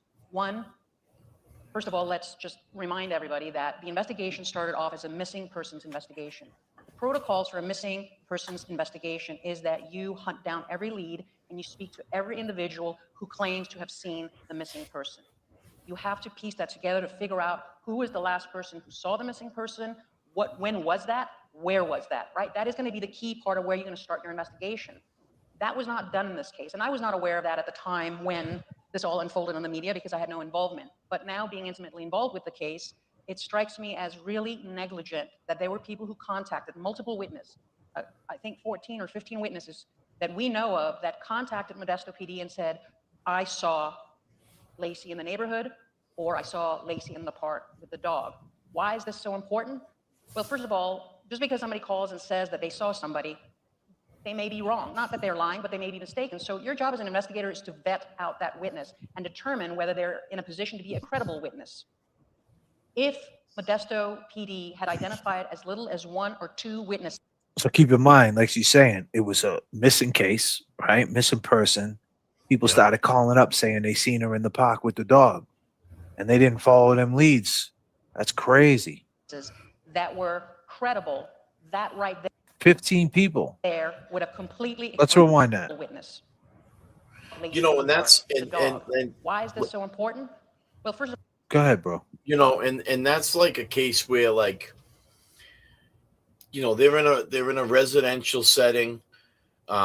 If she was to walk her dog on a daily basis at a certain time, you know, maybe she did go to a park for the first 20 minutes and then She did go to the park. Walk a route back. So She you're gonna did go get to the you're gonna dog. get The dog different- was found. The dog was found on the leash, bro. The dog was found like on the leash wandering. But what I mean is like you're gonna get different intel stating, yeah, I did see that dog and a woman walking at the park. Yeah, I Right. did see a woman. Let me be clear. The dog was roaming around the neighborhood on the leash. Like Yeah, the but leash, what I you know what mean I'm is saying? these people that have witnesses that are saying that they seen her and the dog together at a No, certain time. I get it. could have happened I that get it. way, I'm just, yeah. of course, it could have happened that way. But I'm adding to the point that the dog, it matches their story. You know, Yeah. she was walking the dog. If he killed her, why would the dog be on the leash wandering around? Like, then that, like, so who was walking the dog? Like, so they're saying that she was walking a dog on the leash, right? And there's a dog in the neighborhood on a leash. It's on the leash, but she's not present. Like the leash is, he's dragging the leash around. The dog was leashed, wandering the neighborhood. So it makes sense. If he did it, the dog would be not wandering around on a fucking leash. No shit, the dog's his dog. I would have followed him home. He wouldn't. You're not listening. You're not listening to what I'm saying, cuz. You're not listening to what I'm saying. Not followed him home, bro. There wouldn't have been no following home. He would have, if he did it, if he put her in the back of the, if he killed her in the house, right? Yeah. You got to understand. They're saying he dumped the body in. They're saying he dumped the body in the bay. So that means he killed her in the house and he put her in there. Yeah. How the fuck did the dog get out? Why would he leash the dog and just let the dog wander? Exactly. So that means that he planned that too. Okay, I'm gonna leash the dog, and like you said, follow him. You know what I mean? Maybe follow him up the street, chase the fucking boat. I don't know. But the people are saying they seen her walking the fucking dog. So if they seen her walking the dog, then that's probably what happened, right? Yeah. she 15 probably people are seen- saying she walked the dog. and she seen the bird, the B&E going down, and she approached the house on her walk home. That's what I'm saying. So I'm saying, think about that little inconsistency right there, that 15 people called, because keep in mind what this woman's saying. This woman's saying that it came out the next day that it's a missing case. As soon as it came out that it's a missing person, people started calling the hotline. I seen that girl in the park walking that same dog. That fucking dog you got on camera right there. I seen her walking that dog. And you got dog people who can tell different dogs. That'd be like, oh, I seen that dog. I know that dog. So it all, if he killed her in the house, why would he? You know what I mean? Like he's that like he's a risk taker, huh? Like this guy's sloppy, but he ain't sloppy. Like he's sloppy enough to keep that girl around. He's sloppy enough to, like, you know, talk to her. I'm at the Eiffel Tower. He's sloppy enough to say my wife died. He's sloppy enough to do all that, but yet he's diabolical enough to leash the dog, let the dog run around. Before, when he gets back to the house after dumping the body, he Googles stuff that only she would Google. You know what I mean? You know what I'm saying? Like, you know, before he leaves the house, he Googles some shit. You know what I mean? Like, I don't know, man. Like, you can't have it one way. Is he sloppy? Is he sloppy? Is he not sloppy? It's like the lawyer said that he ain't built like that. Yeah, let's hear what this girl got to say about the missing case part. Like this is the cop. She was a cop back then. These missing links, these you know, but now being intimately involved with the case may be the key part of where you're going to start your investigation. That was not done in this case, and I was not aware of that at the time when this all unfolded in the media because I had no involvement. But now being intimately involved with the case, it strikes me as really negligent that there were people who contacted multiple witnesses. I think 14 or 15 witnesses 14 that we know of that contacted Modesto PD and said, I saw Lacey in the neighborhood, or I saw Lacey in the park with the dog. Why is this so important? Well, first of all, Now, keep in mind, right? They had on this documentary. You didn't see it, and I urge you to see it so you can have better dialogue on this subject, right? And anybody in the chat that don't know these people, this is a sit down talking about the series. It's a 2-part series. I urge all you guys, if you have A&E, to go watch this. And then the conversation between all of us will be a lot smoother. But I'm doing my best to try to explain it. And I'm glad I found this little piece of because they're explaining it. This is great. Yeah. This is great. But I'll tell you, they talked about the witnesses. Every witness all said the same thing, that it was a pregnant girl. They seen a pregnant girl because they got an expert into thoughts, into memory. And this expert said, based on all their statements and everything they said, they all basically was saying the same shit. Like the dog was pulling her, like she was pregnant. You know what I mean? Like they were all saying the same type of thing at the same time, and they all said the same time frame. 10 a.m. Like some people were saying 10:20. Some people were saying 10:45. Some people were saying, yeah, I think it was right before 11. It was all at the same time. And you're talking about like 15 people. That's crazy, bro. And they're all squares, man. Yeah. Just because somebody calls and says that they saw somebody, they may be wrong. Not that they're lying, but they may be mistaken. So What your she job was as wearing, investigators too. to vet Yep. out that witness and determine whether they're in a position to be a credible witness. If Modesto PD had identified as little as 1 or 2 witnesses that were credible, that right there would have completely excluded Scott Peterson as a suspect. Because Bingo. if a witness had seen Lacey in the park, they would have seen her after Scott had left for the marina. So I think that right there, unfortunately, we're in a position now that these witnesses leaves us with more questions than answers, which is a sign of a poorly conducted investigation. Boom. The second other real important part, and Mark alluded to it earlier, is the jail call, or the call that was made by Sean Kinbrake to his brother, who were involved in the Medina burglary that was just across the street from the Petersons. Now, according to Correctional Officer Lieutenant Aponte, there was a conversation between the two where there was an acknowledgement that the burglars had a confrontation with Lacey. Them dudes still alive? Even if we were to entertain for a moment that they had nothing to do with the disappearance of Lacey, the mere fact that if they had, in fact, had an exchange with Lacey during the commission of that burglary, that means that Scott could never have been involved in her disappearance, because at that point he had already left for the marina. So those two things to me are a real failure, I don't know how else to put it, in the investigation, because either of those two pieces of evidence would have completely made it clear that Scott Peterson was not the suspect.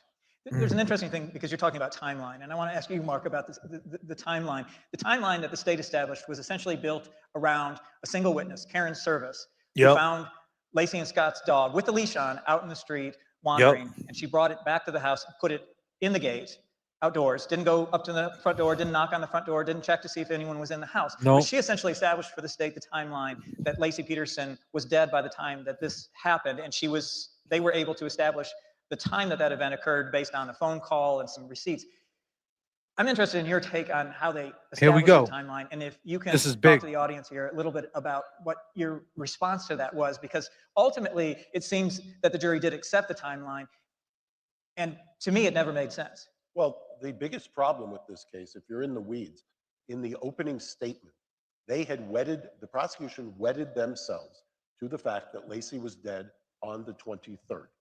They had wedded themselves to that to the point where they said Scott was a liar, because Scott said when he woke up that morning, Lacey was on the computer and she was watching a show, and I don't remember if it was Good Morning America or the Today Show, and Martha Stewart was on the show. And they went back and they confirmed that Martha Stewart was on the morning of the 23rd, not the 24th. That's in the reports. That was their representation. Well, that's crazy. One of my guys, who was then not a lawyer, is now a lawyer, got the archival footage, and we played it in the opening. And I, as a kind of a little bit sarcastic, I said, I showed the report on the screen where they had wedded it to the 23rd, then I pressed play, and I showed that, in fact, what Scott had referred to had happened the morning of the 24th. So that was decimating. DeStasso, to his credit, admitted that he had never had that kind of a sinking feeling before. That was the first thing the jury heard in the opening statement. The last, or one of the last things the jury heard, was a computer forensics expert. This is crazy, who bro. was hired by the prosecution. He did an analysis of the computer. He then, on cross-examination, I asked him, was the computer accessed on the 24th, morning of her disappearance? And he says yes. And I said, whose password was used? And he said it was Lacey's. And I said, what sites did she access? And apparently, I forget what the flower was that she had a tattoo of, but it was something related to that kind of a flower that matched her tattoo. I said, did anybody from the prosecution ever ask you to opine on who was utilizing that computer that morning? And he said, no, they never asked me. And I said, I'll ask you, who was using that computer that morning? And he said it's consistent, as far as he would go, with Lacey Peterson. One of the other things we did, you'll remember this because you talked about it night after night, there was a hamper, a dirty clothes hamper. And I can't tell you the amount of time we spent on a khaki pair of capri pants. And by the time 3 or 4 of the witnesses got done, and I showed in the closing that the capri pants that they said had gone missing, that was on the body when she was found, was actually in the hamper, and I blew up the picture and showed that. The prosecution's response, to your point, was DeStasso got up and said, well, okay, I know we told you it was the 23rd, but it doesn't matter. He hasn't explained this, he hasn't explained that, and she could have been alive on the 24th.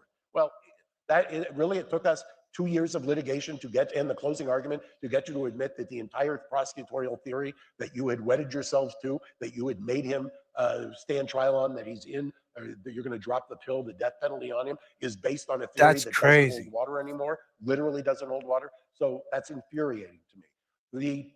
The Karen service and the dog on the leash, to my mind, has always been consistent with the burglary across the street. For those who aren't in the weeds, the thought was that burglary took place on the 24th.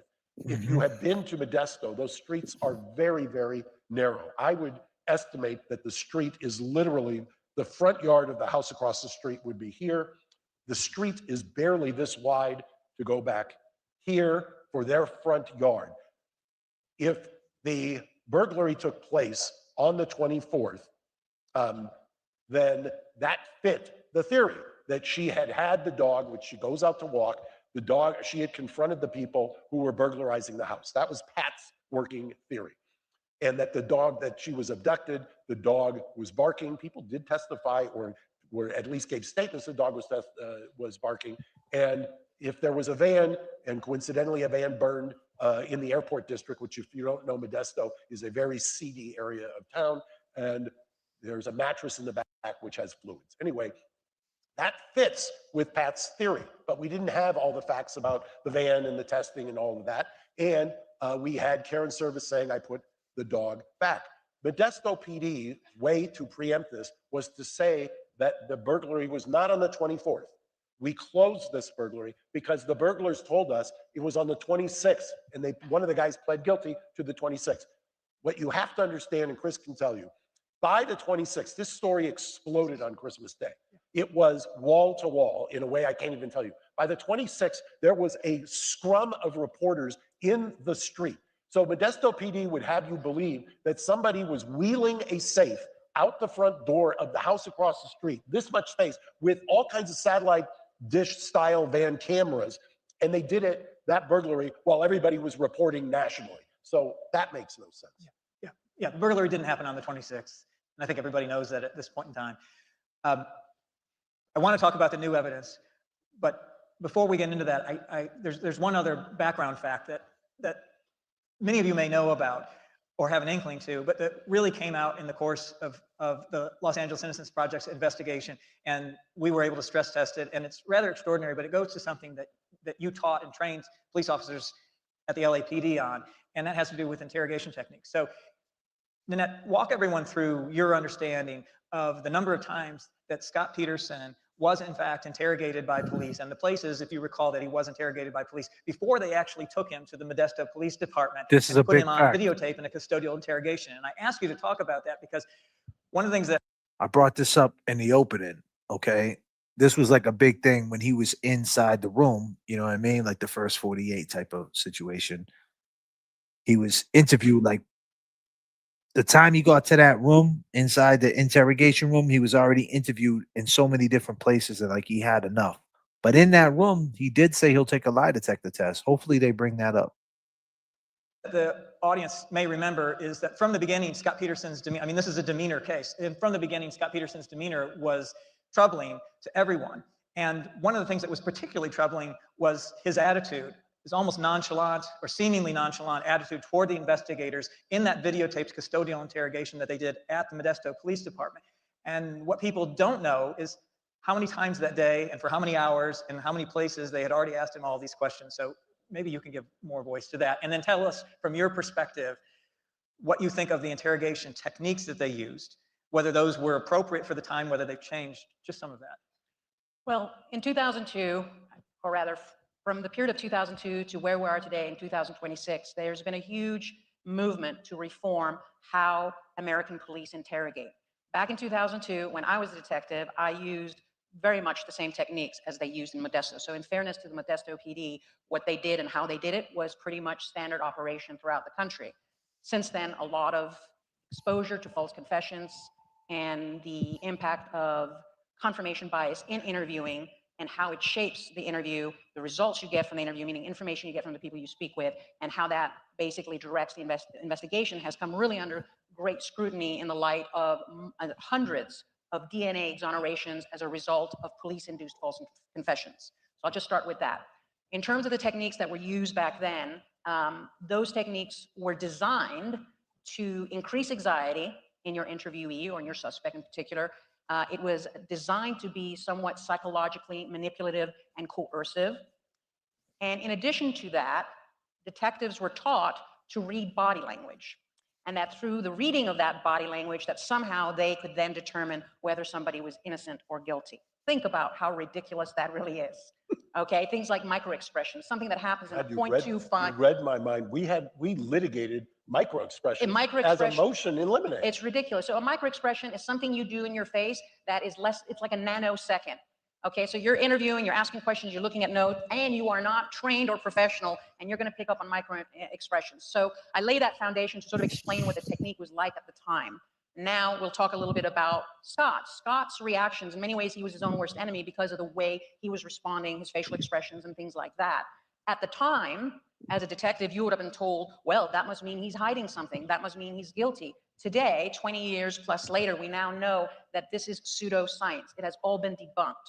And so I think from the mindset of the detectives at the time is that they looked at Scott during those interrogations and figured, okay, this guy did it.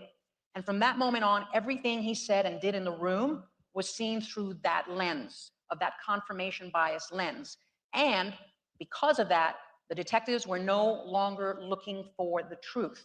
Today, we're taught to go in and simply be truth seekers, not confession getters. Because when you go into an interrogation room and your only objective is to get a confession, you get tunnel vision, you zero in, and everything you're looking for is to fit your theory of what happened. And what you do psychologically, whether consciously or subconsciously, is you exclude any information that could potentially exonerate the person you're talking to.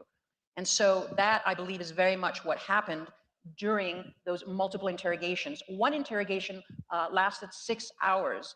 As an expert on interview and interrogation, when you look at when interrogations really go wrong, it's when they run many, many hours. And there are cases here in the United States where interrogations lasted 12 hours, which is even worse.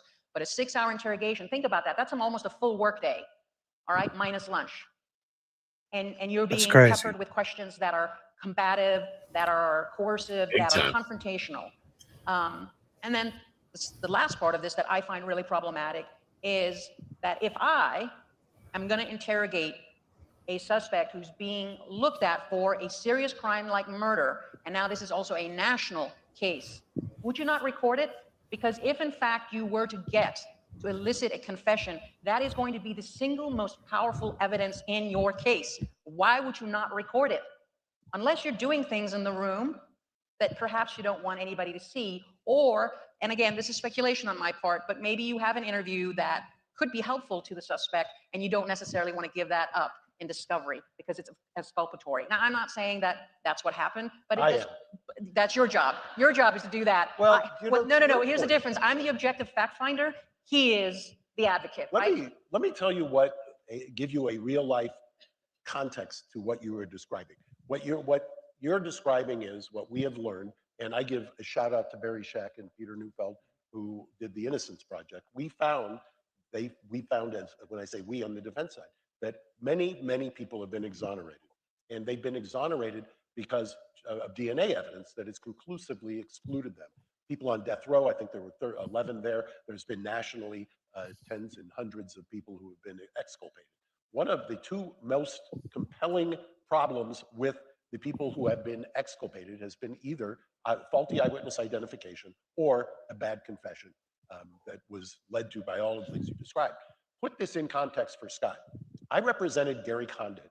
For those who don't remember him, he was a congressman in Modesto who 3 years prior to Scott became the subject of that was the scandal du jour. We were on TV nightly for that. And he was suspected in the disappearance of Chandra Levy. And Chandra Levy, and I had told the prosecutors, as soon as they found out that Gary was supposedly having an affair with Chandra, all bets were off. Mind you, they had somebody in custody who had jumped and assaulted 2 women running through the park next to where she lived. And he was actually in custody. I forget the guy's name. And I pointed that out at the time, but it didn't matter because at that point there was a Vanity Fair columnist named Dominic Dunn. He had crazy theories, and Gary was the Scott Peterson kind of blueprint at that point. He must have murdered Chandra because he was having an affair. Scott knew that, obviously. That's his congressman. He's there in Modesto. It was a story that he captivated the country and the world, actually. Pixley and I were on every single night on talking about this case until 9/11. 9/11 hit. The other woman who was on with us every night was Barbara Olson. Barbara Olson was flying to LA to do the Larry King show. The next day, Barbara was killed on one of the planes. And that's what the plane that flew into the Pentagon. The plane that flew into the Pentagon. And Nancy Grace was out of that was born Nancy Grace. It's hard to say this in front of an audience of 1,000 people, but Mark Garagos is nationally, and I've had experiences working as co-counsel with some of the best attorneys in America. He's one of the best attorneys in America, and it sounds like a fanboy thing, but Barbara Olson was one of those few people. She was the wife of Ted Olson, who was the Solicitor General, who argued the case of Bush v. Gore against David Boies, who argued on behalf of Gore. Right, and Olson won. And Barbara Olson used to run Ted around because, frankly, she was the better legal mind of the two. She was he admitted that too, Mark when he Garagos. married his next wife. So yes, yes, I think he has. So he's open about that. Yes, so where he was. Yes. Scott's got that in the back of his mind. The worst piece of evidence to me was the tapes with Amber, because the tapes with Amber are devastating when you first listen to them. They're very difficult to get over. But from his standpoint, he knows what happened with Gary Condit. He knows that the minute that Amber comes forward, they're done with him. And that is paralyzing him. You then combine it with your point that there were no tapes of the interrogation, and everybody, including every juror, believes that those B-roll shots, which I think are even in this A&E, was every day and he had the same lack of affect every day. No, that was the judge allowed cameras into the courtroom for 90 seconds to fill him, and he and I were like that, and you didn't want to smile or anything else. There were no cameras in the courtroom. I've always said the worst thing I did in that case, and I would say the same thing with Michael Jackson for both of them, that there were no cameras in the courtroom because the public got their information in the ether. And when you don't have a sequestered jury, that is really hard to overcome. People thought he had no emotion. People thought he had a lack of affect based on the B-roll, based on the fact that we didn't have any video of the conversations he was having with the cops. We methodically went through those conversations, what we had, because to your point, they weren't recorded. In fact, the FBI has made a cottage industry out of not recording. Well, they have now had to change because public expectation has also changed. And so the FBI notoriously didn't want to record anything. And I remember actually the president of the Fraternal Order in New York, for New York PD, said, well, we don't want to record our interrogations. It's going to hamper our investigations. And I'm thinking, what are you doing in the room? I mean, I love recording my interrogations because that is my most solid evidence because of the way I conduct myself in the room. The jury loves seeing that. And the defense attorneys, generally hate it. Okay, but I love it when they don't record. The first thing I say is, you have budget constraints. You can't find a phone that records the person in the room while you're talking to them. It's ridiculous. But in terms of affect and expression, it's kind of ironic because in the academy they teach us that when you go to give a death notification, to prepare us for the fact that people respond very differently. And I have provided, sadly, multiple death notifications to family members, and some respond in a way that we would think, like we see in a Hollywood movie, where they break down and they cry and they sob and you gotta hug them, and other people just are completely stone-faced and they just look at you and they're like, okay, thank you. And you're thinking, well, aren't you gonna break down? I've just notified that, you know, your loved one was killed.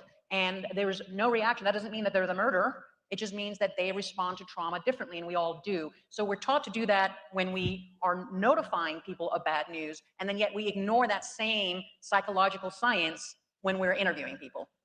Yeah. We're going to run out of time. There's so much to talk about in terms of this case and in terms of what has been brought out of late. So much of it were things that were not turned over to you, that you were never made aware of. But I want to talk about, you know, while we have everyone here and while we still have a few minutes, I want to talk about at least one aspect of the new evidence. The Los Angeles Innocence Project has brought to bear on this case experts from Harvard, a title expert from Harvard, who points out that the testimony that was given at the time of trial by Dr. Chang in terms of where the bodies, having washed up on the Richmond shoreline, would have originated from. Of course, the prosecution's expert, Dr. Chang, said, oh, they would have originated from directly south of Brooks Island, exactly where Scott places himself fishing on the day of Laci's disappearance. And of course, when experts testify, and they're qualified as experts, they do give jurors permission to arrive at the conclusion that their gut is telling them to arrive at. It turns out that that testimony was junk science. Junk science. But I want to talk about one piece of new science that goes to testimony by a maternal fetal expert that may have been more important in terms of the juror's decision than anything. And that was the question of when Laci actually passed away. And that determination was made for the jury by the prosecutors using a maternal fetal science expert who was able to, who used the science of the time to measure the femur length of the child and then give a statement about the time of death of that child. The argument being that if we can determine exactly when Connor died, then we know when Laci died. And of course, that doctor, Dr. Gregory DeVore, testified for the state that Laci had died within a 48-hour period between December 23rd and 24th. The 23rd, of course, she's seen by her sister. Scott gets his haircut there that afternoon. She talks to her mother. That's crazy. That night. That's the last she's heard of. And he says, well, she died sometime between the 23rd and 24th. It fits perfectly with the prosecution's case. It turns out that both then, which is important, and now, that's entirely unreliable, that the velocity of growth of a child in the third trimester has the greatest variability, that a child that's in the 50th percentile in the first and second trimester may end up in the 20th percentile at the time of the checkup of the third trimester, or in the 80th percentile. The mother may be under stress and the child doesn't grow. The mother may be under stress and she eats a lot, which was not my statement, that was Dr. Ronald Wapner's from Columbia, and she may grow and the child may be in the 80th percentile. And the point that's been made, both by the LAIP's expert, and we went to independent experts we took their evidence. They have a Harvard radiologist that gives us this testimony. We went to the man who was behind what is the new one of the 3 gold standard tests, the World Health Organization test. There's the NICHD, the National Institute of Child Health and Development test. Dr. Wapner at Columbia was one of the lead investigators of that test. We asked him to look at what Drs. DeVore and Dr. Dubélé, the LAIP's expert, had to say. And of course, Dubélé says it has to be arranged, and DeVore said, no, Connor died on this date. Scott must have done it. And everyone to a man says that DeVore, both in 2004 and especially today, 2004, they used a 1984 study. Today, they use these longitudinal studies they didn't even have. But everyone to a man that's looked at it, every expert that's looked at it, even the forensic pathologists that have looked at it have said, no, you cannot narrow it down to that. Talk about your experience at trial. I think it goes farther than that. I haven't seen what you're talking about specifically, but I know from the habeas that many of the studies / professors who DeVore invoked have since then declared under penalty of perjury, no, he's misrepresented what I said. It was the epitome of junk science, but remember, against a backdrop of nothing but junk science. This was the first case in California where mitochondrial DNA was admitted into evidence. We did a 2-week hearing on mitochondrial DNA because they found a hair in the boat and they wanted to prove that was Laci's hair because the theory was that Laci had not been in the boat at the warehouse. So we spent 2 weeks doing mitochondrial DNA because under California law, you cannot admit a new form unless there is a court of appeal kind of blessing of that scientific evidence, or the trial court does a hearing. Well, unbeknownst to us, I find this out in the trial, while we're fighting over this hair in the boat, Brocchini, who was the lead investigator, had excised from his police report an interview with a witness who saw Laci at the warehouse in the boat. And that had been excised from his report. We waste 2 weeks on mitochondrial DNA when there was a witness who knew she was in the boat and he did not want to let that happen. We had 2 weeks of cell phone technology testing where you would triangulate. Back then, nobody knew you could triangulate from cell phone towers. And by the way, as an aside, that technology since I've used on 5 separate occasions to free somebody charged with a death penalty offense because I've been able to prove with the cell phone technology that they were somebody somewhere else. The most infuriating, besides this fetal, and Dr. DeVore was the most pompous bag of hot air you've ever seen on a witness stand. I mean, if you sent to central casting, get me a bloviating professor who is positive about the most ridiculous testimony, they would wheel him in. But rivaling that and the fetal, because the fetal stuff was nonsense. There was no way, and if you just had any kind of neurons and synapses firing, you would know. You couldn't say that this fetus was at this stage of development to the degree of medical certainty that this guy had said without doing an ultrasound of some kind or the technology that we have now. But that didn't stop them from just a nonsensical. They had dog scent evidence where, to quote Pat once again, who had a famous quote, that dog hit more spots on a Saturday night than Paris Hilton. I mean, that dog scent evidence, after the fact, they took it up to the pier and they waved around some of Laci's clothing and they had the dog running around the pier up at the bay and they were trying to like divine jackal tracks as to where Laci had been at a certain point and things of that nature. So it was anything goes, and it really, I think, proves your point. Whether it's the confession, so to speak, or his lack of affect, or micro expressions, or whatever else. It was just to give permission to jurors to let them feel okay about convicting when they had no evidence.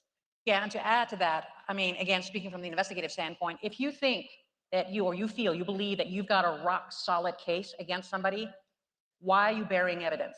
Why are you afraid of the evidence that is in the case? And we don't have time to go into it because we're running out of time, but the amount of information and evidence that was either destroyed or hidden or made not available, to me, is some of it is criminal. By the way, the first clip, I had forgotten they say it, but I say it all the time. The first clip you showed in the trailer, I will never understand. The legislature has said, and they've enacted code sections that allows for cold case, so to speak, or subsequent testing of DNA. I have personally said, I'm not getting paid by Scott. I haven't been paid by the family in 25 years. I will pay for the DNA testing, the forensic testing myself out of my pocket for everything found in that van. Why is the prosecution fighting so hard? Why is this idiotic trial judge ruling they can't have this evidence or that they can only test one piece of the evidence? Why? Wouldn't you want to justify your investigation? Or if you think your investigation.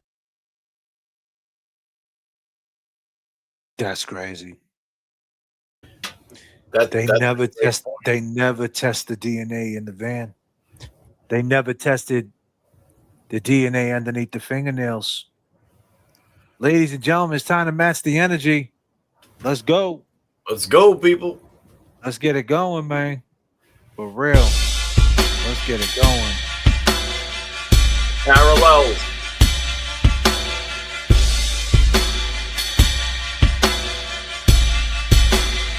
Long gamers, it is time to match. Long gamers, it is time to match the energy. Long gamers, it's time to match the energy. Long gamers, it is time to match the energy. Let's feel the energy.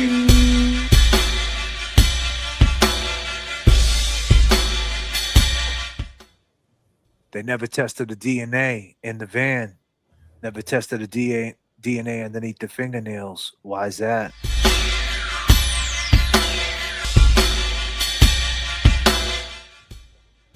"23 years in, 31 years in, Scotty, Eddie. Are you still with us, man? Technology's different. It's changed. That's right, people. Y'all still with us?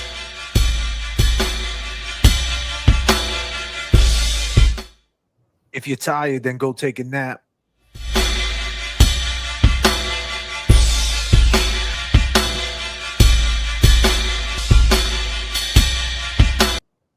Were Were they both built for these horrific crimes? AGE, all green, everything in the chat. Go ahead. Go ahead and gift the membership. Pay it forward. Let's go.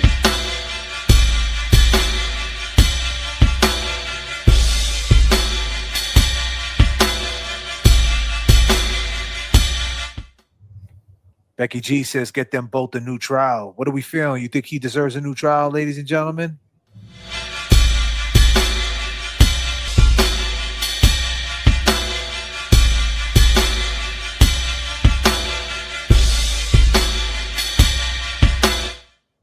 Is Becky the only one out there that's matching the energy? Come on, man. Let's match that energy.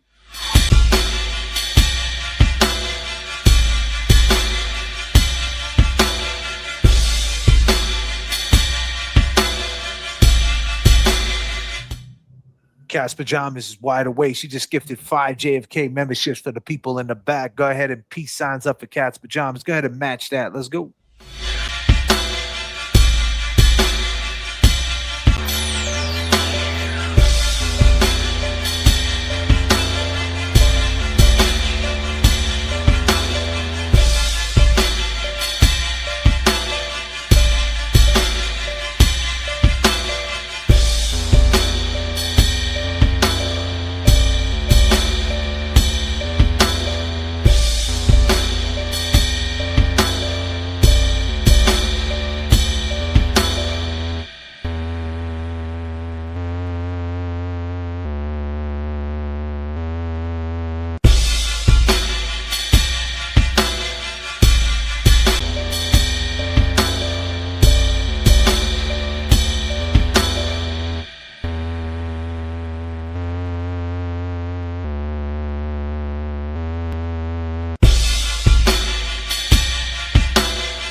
Go by the name of J.F.K. And I go by Kevy Kev. We are here on Gamers. We are rocking. We're getting down to the bottom of it. We are learning tonight. Eddie O'Brien, Scott Peterson.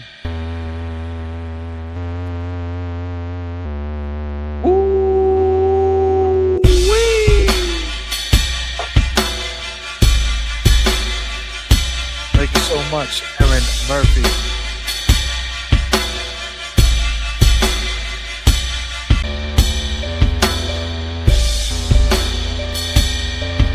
The name of the stream. The name of this stream is Nolan Wells is missing in Mississippi. Scott Peterson Innocent. Karen Reed guilty. Petty scams and scrams. God damn, what a good one this is, huh? Petty Kev. Got it, J.F.K. Get it. How many people are rocking with this stream? God damn. You're rocking with us. Put the peace signs up. Where you guys at? Come on, I need to feel the energy. Uh-huh. Kevy Kev 781 on the Cash App. Let's go. Go, people. Oh, goddamn. Free Kelsey 999. Let's go. Match me. Kevy Kev 781 on the Cash App. Go ahead and ping that right now. Not right now. Do it now. Uh-huh. Don't be like this guy.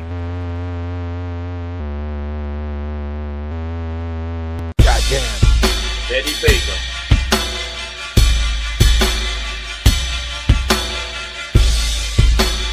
Michelle Beach, what up?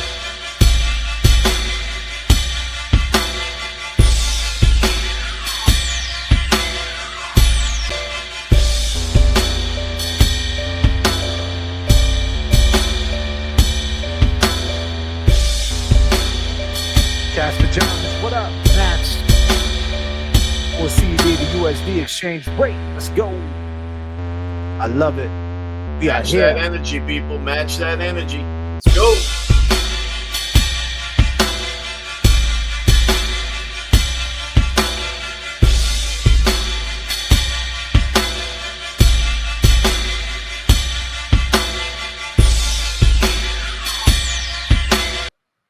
Man, I don't know, man. This Scott Peterson shit is wild, man. We're gonna have to talk to some people, man. Where are the people in the van? Are they still alive? They were brothers, huh? God damn, up in Chino? Shit. DNA in the van. Run that DNA in the van. Run that DNA underneath Eddie O'Brien's fingernails for sure. I mean, excuse me, underneath Janet Downing's fingernails in the Eddie O'Brien case, to be exact, ladies and gentlemen. Let's get into a little situation. One being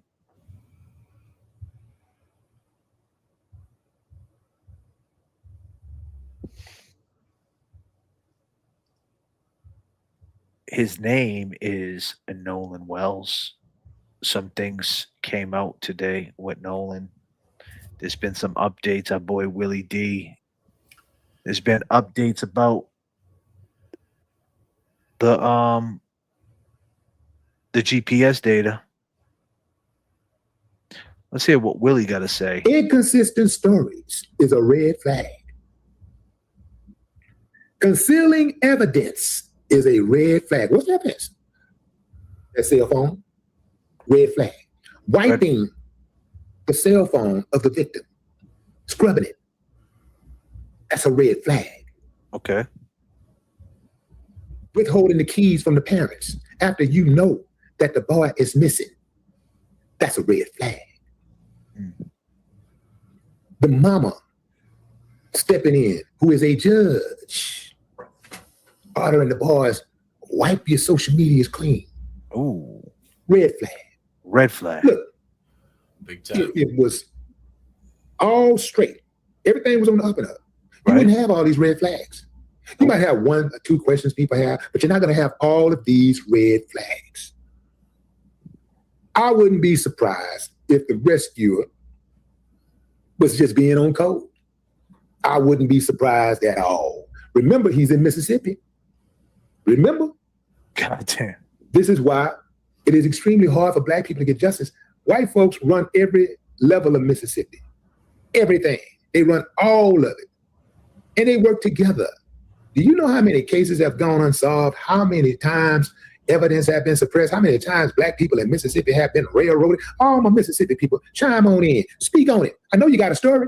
I know you got stories. Not a story, but I know you got some stories. Wow.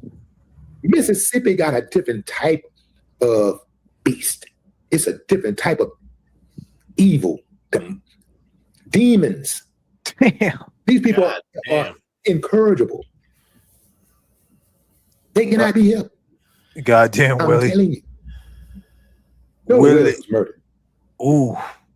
And what's done in the dark will come to light. Wow. Even if they don't indict.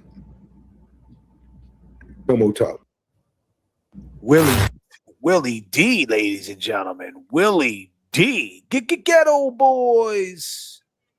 Holy crap, Willie. Willie D's not playing no games. Hell no. And he's Willie right, D, you know, about all these red Fifth flags, Ward. man. You know, that always brings up a concern. You know what I'm saying? It's just, you know, and this is the investigation that say the least, bro. Yeah, that, you know, it should be, you know, it should be thoroughly done, man. Any witness or anybody that's was in contact with any kind of device that belonged to him, you know, if it was, you know, if it was, you know, manipulated after you know, him being missing, they should be held accountable for that.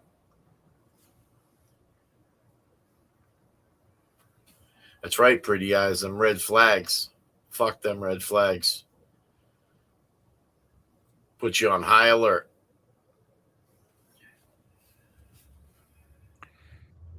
So, about to play this right here.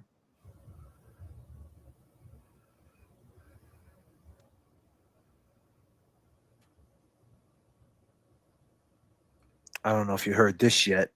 It's the Nolan Wells case. The name of this stream is Nolan Wells missing in Mississippi. SCOTT Peterson innocent. They say Karen Reed's guilty. And there's petty scams on the internet and scrams for sure. I go by the name of J.F.K, ladies and gentlemen. And I go by Kevy Kev. And if you're on Facebook right now, make sure you subscribe to JFK Show Off on YouTube or Kevy Kev 781. We're going over the Nolan Wells case. We go over a lot of true crime cases. This is a live stream, a true crime live stream comfort experience where we leave all the vile stuff to the side. We just want you comfortable, and we take it up to 39,000 feet. This is some new evidence, Kevy Kev 781, that came up today about them on the boat when they had called in for some help. I don't know if you've seen this yet. Have you seen it? No. Okay. Well, let's go over it. Let's go over it, my dude. Is this in regards to like them taking on water? Yeah, they got towed. They got towed. Let's listen. We're at the west tip of Horn, and our bilge pump stopped working. We're sinking. Last night, we were shared breaking news in regards to Nolan Wells as audio from a tow call made by his friends around 3 p.m. on July 4th, according to NBC News, would be released. Now, in an extended version of this call, we are now hearing where they were exactly when the call was made. According to now released audio and GPS graphics, they were on the western tip of Horn Island. We're at the west tip of Horn, and our bilge pump stopped working. We're sinking. Now, as you know, we've been following this story, and what we have now noticed is that the call looks to be made in the same area Nolan's body was found 2 days later on Monday. As local outlet WLOX stated, around 8:45 a.m., Sheriff Ledbetter confirmed authorities received a call reporting a body found at the northwestern tip of Horn Island. The body was discovered by a U.S. Park Service ranger. Now, this clearly now gives us a better understanding that when the friends allegedly last seen Nolan at 3 p.m., they would make a call about the boat taking in water and needing of a tow. GPS data graphics would again also confirm they were located on the northwestern tip of the island. Now, at 4:31 p.m., they would eventually be towed for about 2.7 miles out before returning to normal operation and headed back to land. Now, after gathering all this information, it now seems for some that Nolan's incident, given that his body was found in the same area, had to have happened between the call at 3 p.m., when they stated to last seeing him, and when they would be towed away at 4:31 p.m. Now, another thing that would stand out in the audio and raise suspicions is that the dispatcher would ask the boat's operator if everyone on board was in good health. And in response to that, he would go on to say, yeah, everybody is on board. We're sinking. Can you all please come? And is everybody on board in good health otherwise? Yeah, everybody's on board. Timeline's not adding up. So basically, the last time they said they seen him is when they were actually calling in for help. So the question is, when that was going down, did something happen after that? They're saying everybody was on board. They didn't say, hey, my friend's not on board. Like, some suspicions. I don't know what to make of that. What people are saying. What do you make of that? And did you make anything of it? Well, I mean, if they're having problems with their bilge pump, yeah, I mean, they'd definitely be radioing into the Coast Guard for help, or CTO or whatever. For them to get towed a couple hundred yards out and then be back to normal operation, so they must have repaired it, or somebody repaired it. I mean, a bilge pump is something that gets submerged and evacuates the water. So if that wasn't working, then somebody repaired it or figured out why it wasn't working for them to be able to carry on without any assistance. So, I mean, I don't know how, I'd like to know a little bit more about that, to make that truthful. Did Nolan panic and try to swim back to the island? I mean, that's something that, you don't want to, mess with, man. Them waters, they turn in a blink of an eye. did they leave without? I mean, that's the other question. I mean, he didn't have his phone, so we can't really track his GPS. You know what I'm saying? If his phone was on that boat, he's going to be tracked wherever his phone's going.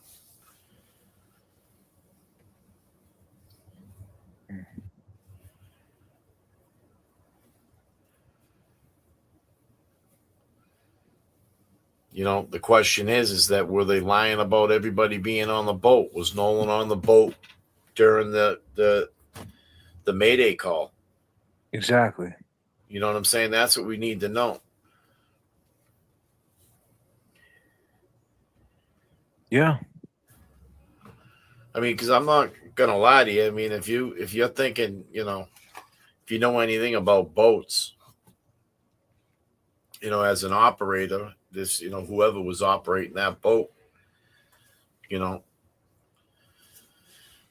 you're gonna know. I mean, you're gonna either see the boat, you know, lagging a little bit because it's taking on water, or, you know, you might see it like leaning, you know. So I mean, somebody picked up on the issue, you know.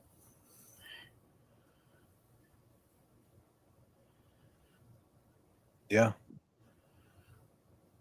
You know, I mean, the thing you'd want to know in that, you know, aspect is that, you know, was he on the boat during the Mayday call? That's the main thing I'm saying. What do you think? I mean, if he was, I mean, you know, That's I mean, there's a good possibility that he was like, fuck this, man. I ain't getting stuck out here with you guys. You know, it's, you know, we're 50 yards offshore. We're having issues. I'm going back. Yeah, but then why would it be a murder though? Why not?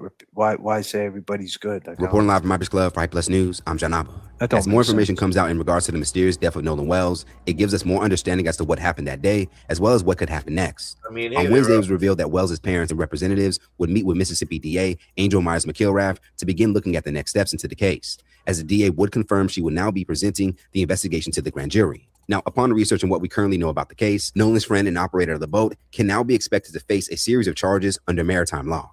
For those who don't know, in general, maritime law is a special body of law designed to govern issues on sea. Every boat and boat operators are expected to abide by these laws or face punishment.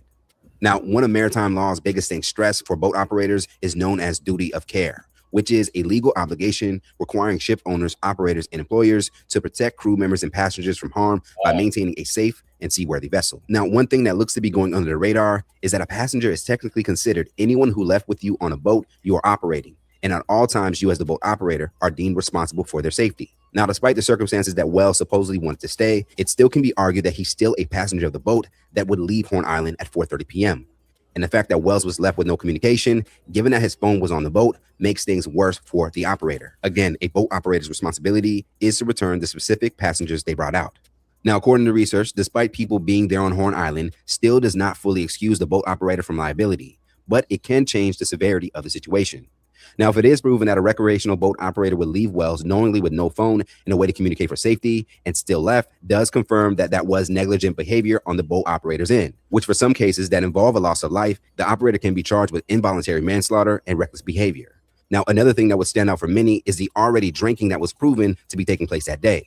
Now, it has not been confirmed if the boat operator himself was drinking, but if he did, that would result in another charge known as BUI, or boating under the influence. Which is why for many, the sheriff's initial reaction to the incident, with no arrests being made swiftly, despite the viral picture of 18-year-old Wells and his friends, seemingly of the same age, holding beers in their hands, was not a sense of conducting a thorough investigation. It made some feel that a cover-up was taking place. Now, in the state of Mississippi, the legal drinking age is still 21. Now, to tie it all together, if the toxicology report comes back and Wells was deemed intoxicated at the time of his death, it will multiply the boat operator's liability due to the effects of alcohol in judgment. One of Wells' friends, Tracy Shepard, who was assumed to be around the same age as Wells, would publicly confirm that there was drinking in an interview with ABC News. He said that he and his group of friends, which included Wells, had been drinking alcohol since the late morning. Now, going back to Wells being separated from his phone, in which his parents would point out was an immediate red flag. If it is proven that the boat operator ultimately left with Wells' phone on purpose without Wells' consent, it can be viewed as a level of theft. To note, Wells' family had to reportedly track his phone down to get it back. So for some, it does not appear that his phone was willingly returned. As reported here, GPS and audio have now been released from that day. And according to an extended version of the tow call made, there were about 7 people on the boat, according to the boat's operator. Now, it is unclear what specific boat was driven that day, but upon looking up the boat's vessel number, it looks to be a 2000 Triton boat, which comes in different sizes. Now, if it was also discovered that the boat was past capacity, it can lead to another issue for Wells' friend and boat operator. Now, despite all these proven possibilities, the governor of Mississippi may have exposed himself as either not knowing maritime laws or for some is trying to cover up the wrongdoings in this case. On Wednesday night, the governor of Mississippi would finally share his public reaction and would upset viewers by stating that he hasn't seen any signs of foul play with what he's seen so far. I don't know all of the facts surrounding the case. I've yet to see a fact or a piece of evidence that suggests any foul play. But if there is, I feel confident that the sheriff's office, the district attorney's office, the members at the Department of Public Safety that deal with these crimes, if there had been one, they will find it and they will do what is necessary. Now, part of his statement, the governor would also confirm that he and Sheriff Ledbetter, who is leading the investigation, are really close. For many, the movement Justice for Nolan appears to be a cry out to a justice system that is supposedly to hold. They go. I mean, that's really not the right thing to say, my man, because you're the governor of that place, you know, of Mississippi, and that's what you say. You haven't seen anything, but then again, you don't know if there was, though, you know, and like you should be putting the heat on them a little bit. Like, listen, if there is, you know, you led with. I want to know exactly. You know, he led with like giving them some grace. You should have led with, hey, listen, whatever you guys know, people need to start talking. Whatever you know, that what's dark is going to come to the light. So we need to know whatever you know. And if there is something suspicious going on, we're going to find out and we're going to prosecute you to the full extent of the law. That's what you should have led with. Instead, you're kind of leading with the fix is in. You know, if you read between the lines, you drop that N, read between the lies. I don't know. Just not a good look. How about you? Exactly. I mean, you know, he's standing up there talking to, you know, the public. I mean, without the proper answers, I mean, he shouldn't even be up there, if you ask me. I mean, like you said, it seemed like, you know, he led with, you know, leaving it all up to the investigation of the local, you know, police department and you know, he didn't mention anything about those laws. Exactly. About maritime. And I'll tell you one other thing. You mentioned that already. Yeah, he didn't mention anything. He didn't mention that kid's name. He never mentioned his name, no. He never gave any kind of, you know. Well, and that was a clip. So let's be clear. That was a clip. We haven't heard the whole thing. So to give him some grace, I don't know if he did or not. He could have said R.I.P. and all that. So we don't know. So all right. But what we heard, disclaimer. What we heard, no. From what I've seen, we'll put it at that. Yeah. Well, I can pull it up. I can find it. You know what? I'm going to go back to this Willie D shit because Willie D was going nuts. Goddamn Willie D. Goddamn Willie D. He said the red flags. Let's hear the rest of this, what they got to say here. This is almost done. To hold no one above the law, especially when people have been arrested and swiftly apprehended by police for lesser crimes. Nolan Wells will be laid to rest on Monday in Ocean Springs, and his police that is supposedly to hold no one above the law, especially when people. I mean, this is what we're talking about, right? Mississippi jails and prosecutes 10-year-old black child for peeing outside. You know, the fact of the matter is this, and we said this before on this channel. If it was 5-6 black guys and one white guy, it would be a whole different algorithm. Mississippi has a bad history. It just is what it is. There's a public outcry. I don't think people are going to go this far. For the people out there saying, hey, there's no proof, he could have got swept up in the current. But at this point, there's got to be something going on. These kids on social media, they scrubbed it. The question is, why ain't they talking? You're living in a time where that's the first thing you're gonna do is speak your truth. And then why hide? If your friend died and he drowned, you should be given any information you can. I mean, I if get it. he meant anything to you as a human, I mean, he was, your friend. Exactly. I wanted to touch base on that maritime law shit. That it's some serious shit. As a captain of a ship, or somebody that's operating a vessel, you're responsible for everybody.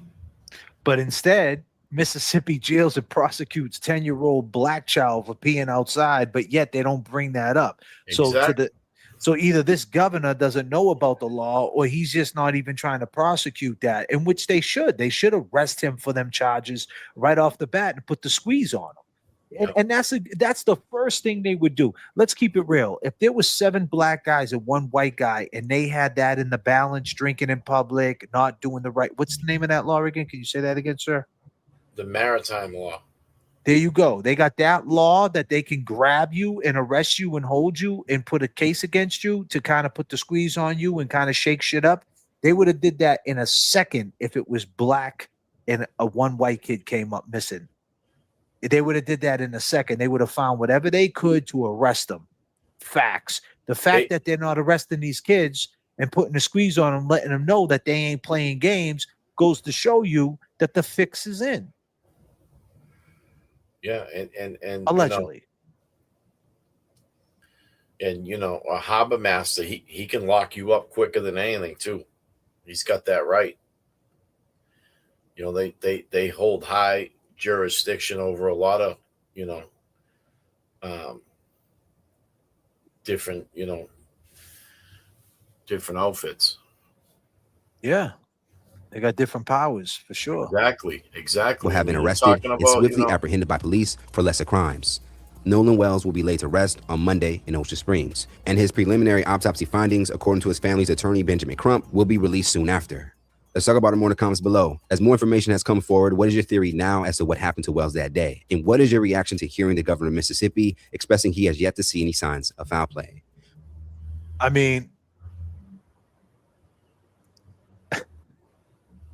look at this picture. I mean, there's two kids in the he just stands out. If that was all black guys right there and 1 white dude, and a white dude came up missing, the governor would have been saying something totally different. I can assure you of that. Do you agree? Oh, I definitely agree. I mean, you heard Willie G. As he opened it up. I mean, he was saying how it was demonic. It was that it's evil. It's I mean, the problem is that it has a history of deep-rooted racism. I mean, it's historical. So presented to the grand jury. Listen to what this dude said. Nolan Wells' death is still under investigation, but a rescuer who helped. So Willie D is saying that the guy who found Nolan Wells, one of the people who actually found Nolan's body, is saying that he's raising some questions. Let's hear. Who said Nolan Wells' death is still under investigation, but a rescuer who helped search for the missing football player believes the dangerous waters around Mississippi's Horn Island could explain what happened. Brian Thrasher, National Vice President of the United Cajun Navy, told the U.S. Sun that the northwest tip of the island has powerful currents and a sudden underwater drop-off that can quickly pull someone into deep water. His comments come as authorities await autopsy results, while Nolan's family continues to seek answers through an independent investigation alongside the official probe. Nolan Wells, 18, disappeared on July 4th after traveling with friends to Horn Island, about 10 miles off the Mississippi Gulf Coast, before he was due to report for football camp at South. You know what I'm not hearing about, though? I'm not hearing about that picture from the pool.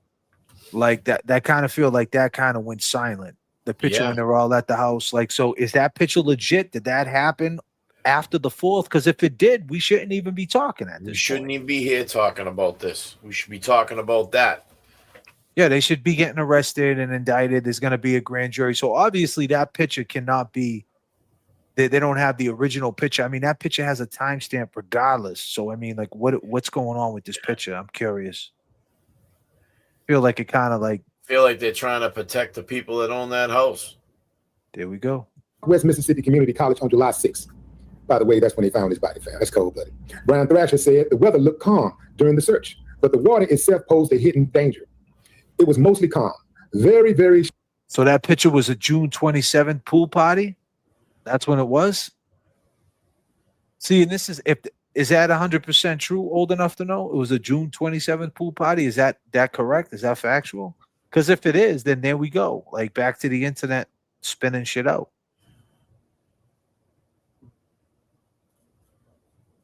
That's wild if it is. Becky brings up a good point. Everybody in that picture would know when that picture was taken. So exactly. So yes, she's saying the picture was from June 27th. I mean, that's a bad look right there. Shiny hot. Water temperature was in the 80s, he told the U.S. Sun. According to investigators, Nolan was last seen between 3 p.m. and 4 p.m. Friends later reported both problems and made a distress call around 4 p.m. In the recorded call, released by NBC News, a man says, "Hey, we're at the bottom west tip of Horn and our bilge pump stopped working. We're sinking. Can you all please come? I want to get this boat unsank and towed back." GPS data from Mississippi Department of Marine Sources shows the boat left the island at 4:31 p.m. and returned to his private dock at 6:06 p.m. Some friends later told investigators that Nolan chose to stay behind after meeting a young woman and planned to return with another group. Trasher said the area where Nolan was last seen is especially risky. That island, they have a very strong current on the northwest tip. From what people who were there told me, it's very strong there. The other thing to have in mind is that there's a drop-off on that side. And so you can be in 3 feet of water, and then the next step, you could be in 20 feet of water. Wow. If all of a sudden you're 20 feet in the water and a current starts carrying you, it can drag you out fast, violently. Search coordinator Josh Gill also told the U.S. Sun, carrying you, you could be in 20 feet of water. On people who were there told me, it's very strong there. The other thing to have in mind is that there's a drop-off on that side. And so you can be in 3 feet of water, and then the next step, you could be in 20 feet of water. That's crazy, bro. It is, man. That's crazy. And you know that water does some crazy shit, man. When that whole dynamic changes, man. You know, you get this like undercurrent, man. It's coming up from the bottom. You know, that water's constantly moving, man. You can't control that at all. Imagine being that 3 feet of water and then going right to 20 feet, then a current hits. If all of a sudden you're 20 feet in the water and a current starts carrying you, it can drag you out fast, violently. Wow. Search coordinator Josh Gill also told the U.S. Sun, there is a pretty heavy tidal surge and tidal movement on that portion of the island where they were at. He added, it's a pass between two islands, so there's increased tidal influence there, along with the wind and wave action. Conditions can change rapidly there. Trasher said he was flying about 400 feet above the island on July 6th when the search team... I'll tell you this, though, right? You know who did know about them boat charges is the judge. The judge knew about them boat charges. Yeah. So, I mean, so maybe that's why, you know, she's going about it the way it is, because she knows this dude might get held responsible for his death, regardless of what it is. If they go in that direction, I mean, in the end, they're gonna want to go in that direction. Oh yeah, I mean, and if it does, and if it ain't criminal, they're gonna go about it in a civil way. So, out of the body near the northwest shore, even though I was about 400 feet or so, I could see the body. I was zooming in with my land gear so I could get a closer look. It matches the description of what he was wearing, so we were pretty sure, without confirmation, that was probably him. When we came back, the sheriff had said they had people there that had eyes on him right there on the beach. Their words were, there was no reason to think it's not him. Authorities have said preliminary evidence points to accidental drowning, and they have not found evidence of foul play. A final cause of death is pending an autopsy. Attorney Ben Crump said the case will be presented to a grand jury after the sheriff's investigation, adding, the hope is that when this is presented to the grand jury, all relevant witnesses and evidence will be presented to them so that we can have a fair and impartial investigation to the death of Nolan. He also said, we also agreed that we would have a mutual inspection of the cell phone with our experts and their experts, and officials will assist with the cell phone downloads so everybody will be able to see at the same time what the cell phone has. That's very important. And the question is right now, people are asking, well, let's wait till the autopsy come back. Well, why everybody so suspicious? Wow, everybody's so suspicious. Why? What? Black dude goes out on a boat with his white friends. Everybody come back except the black guy. Did I mention it was in Mississippi? Oh, God. Mississippi has to have the record for most unsolved black murders by white suspects. Got to. Easily. The whole state, totally corrupt. I don't trust none of them. I don't even trust the rescuers. Okay. Willie D, man, you sound like you need to put that in some rhymes, man. We need a Willie D song, man. After that, you don't even trust the rescuers, man. I can't believe that I'm watching Willie D reading true crime, on streaming live. I'm streaming live. Here we are. We're connected. And you think back in 92, we're listening to my mind's playing tricks on me. Dun, dun, dun, dun. Is your mind playing tricks on you again, Willie D? God damn, Willie. What's going on, bro? He's wilding out. They found the body. That's what rescuers do. They find the body. Sometimes rescuers create the body. Yeah. Sometimes they are the reason that a dead body is available. You dig what I'm saying? I don't trust none of them.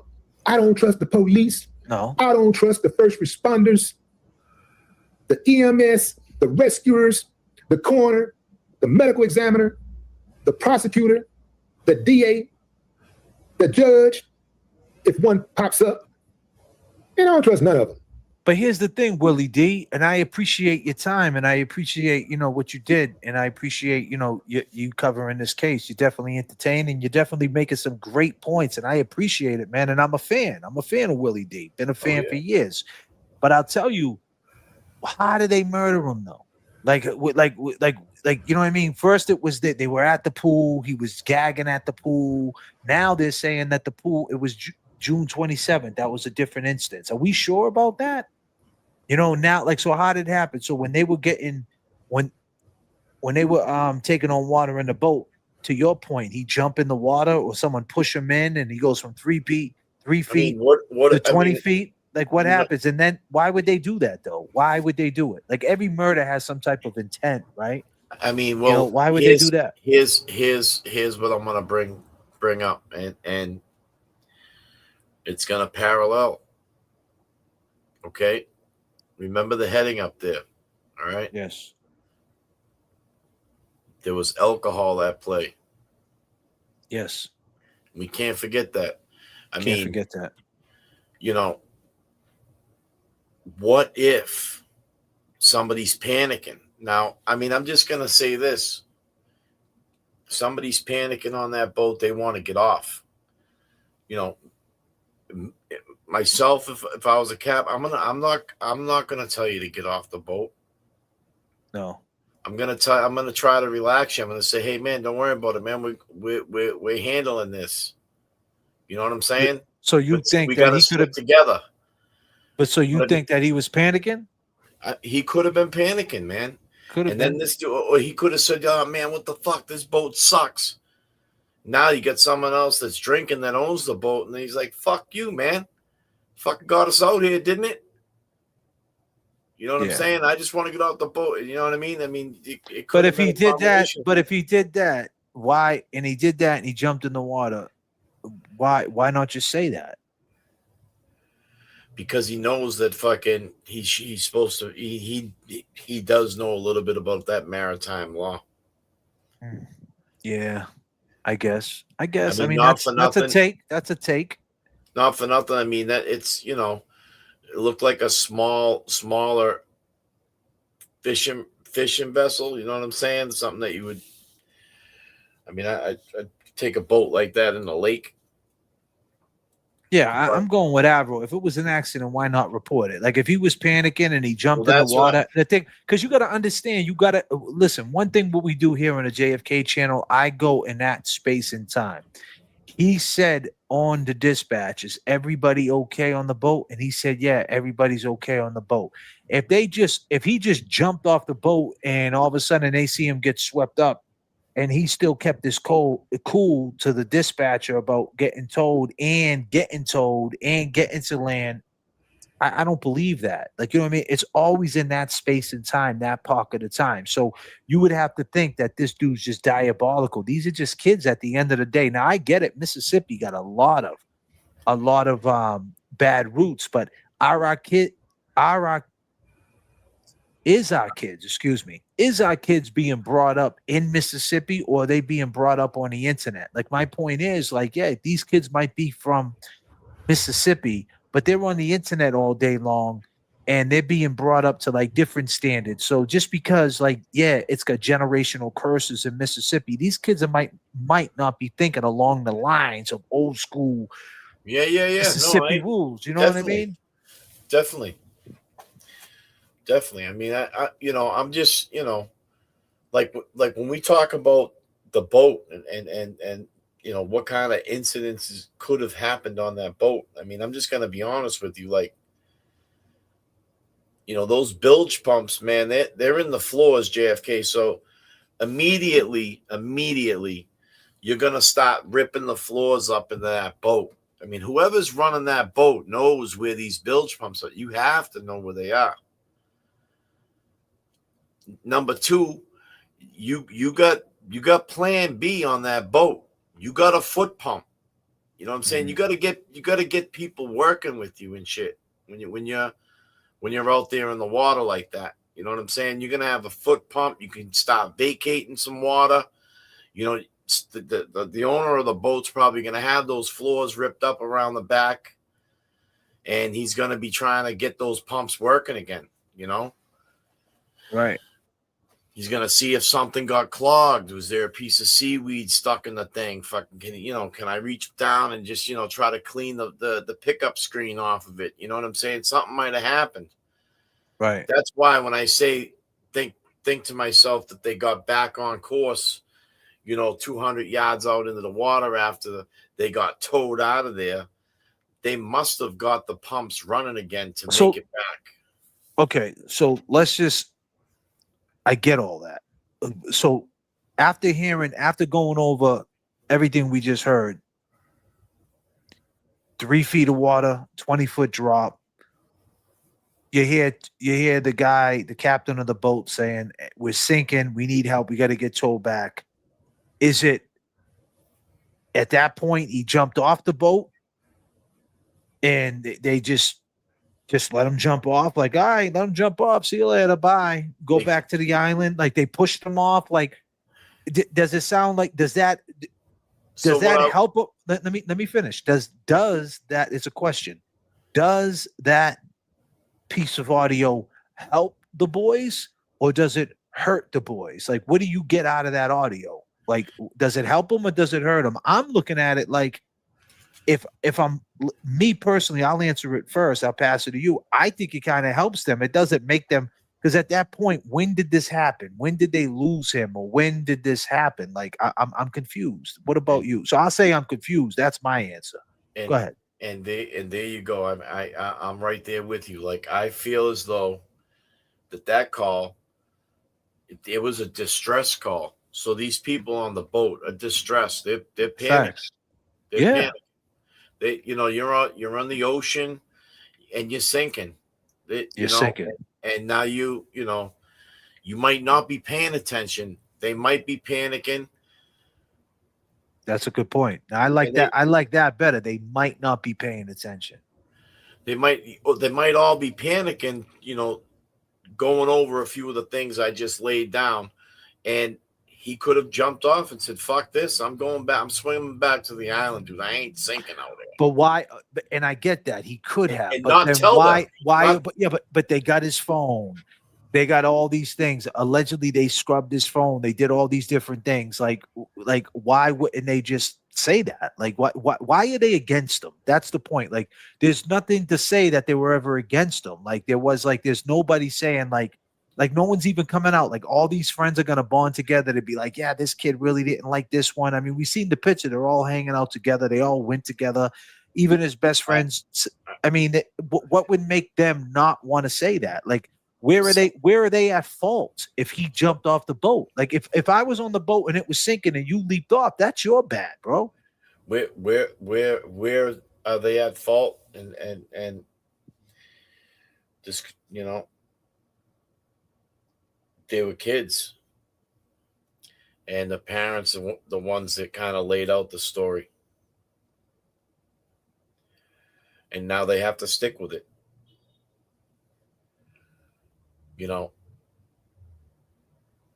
I get it. You say nothing, attorney. You're an attorney. I get all that. But you're talking about this been going on now for 2 weeks, almost 3 weeks. We're going on the third week. You got the black community outraged. You got Reverend Al Sharpton. You got Crump involved. You got Tyler Perry involved. It's big time shit. It's the gig's up. Like what happened? Now, if it's a murder, it's a murder. If it's an accident, then it's an accident. Sooner or later, it's going to come out. So what the fuck is going on? And the question is, they leaked out that dispatch. I don't know what to make out of that. Are the kids telling the truth, or you know what I mean? Like, he didn't want to come back, and they got in some trouble, and they don't know what happened. I mean, what happened? First, you hear it was a pool party. You got beat up at the pool party. They took him back at 4 a.m. Da da da da da. Now you're hearing that was on June 27th. I mean, the internet is taking this and spinning it out. I'm just trying to get to the truth and the facts. I'll tell you this much: it doesn't look like that the authorities care either way, and that sucks. Well, I mean, I just want to say this too, though, is like, was it, some kind of, was it like a harbor master that came to their rescue? Was it like a sea tow, like a private? Yeah, they told it wasn't a private. They towed them. They towed them to where they were safe enough. Well, my only thing that bringing that up would be, there would be a report if it was something maritime, issued like a distress call, a mayday, and these harbor masters come out and they took control, got them out of the bay, towed them out to open water. They got a boat running, they're off. But there'd be a report, there'd be a license. Those boats are all got numbers on them and shit. I mean, they're gonna take all that shit down. No, there is a report. There is a report, bro. 1,000% there's a report. I mean, that's why that dispatch. I don't know exactly who took it out or whatever, but yeah, it's along the lines of what you're saying, and I think so too, Liz Marie. So, I think that they know they have the autopsies. I think the autopsy's already done. The private autopsy's done, and I think they're having the funeral and they're gonna celebrate his life, and then they're gonna come in hard. That's my assumption. I'm thinking the same thing, that they know something and they're kind of telling people behind the scenes, cats like Willie D, people with big platforms, like, listen, this is all bad. It's very possible. Or it's nothing. We're going to find out, though, either way. The question is what exactly happened, right? And why did they do it? Even if it is a murder or a manslaughter or they just did some stupid shit. I mean, damn, why? Why is the question? That's all. Yeah, go ahead. What are you going to say, Kevin? No, I'm just saying, I mean, it's just, I think they're going to come out hard too, to be honest with you. When you were just saying that, I kind of lost train of thought. But like you said, I think that there has been some things that, have been, finished up, like with the reports and stuff. And once they're done, resting Nolan to peace, they're going to come out hot. They're going to want some justice for their son. If there was any foul play, that you're going to hear about it.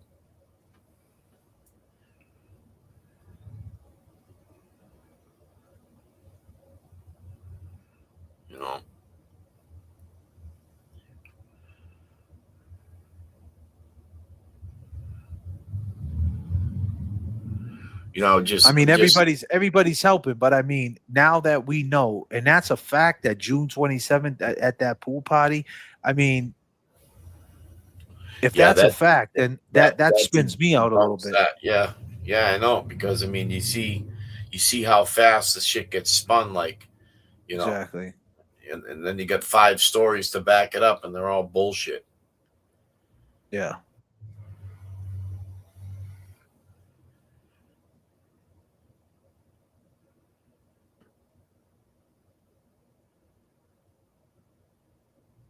That's 100% though, huh?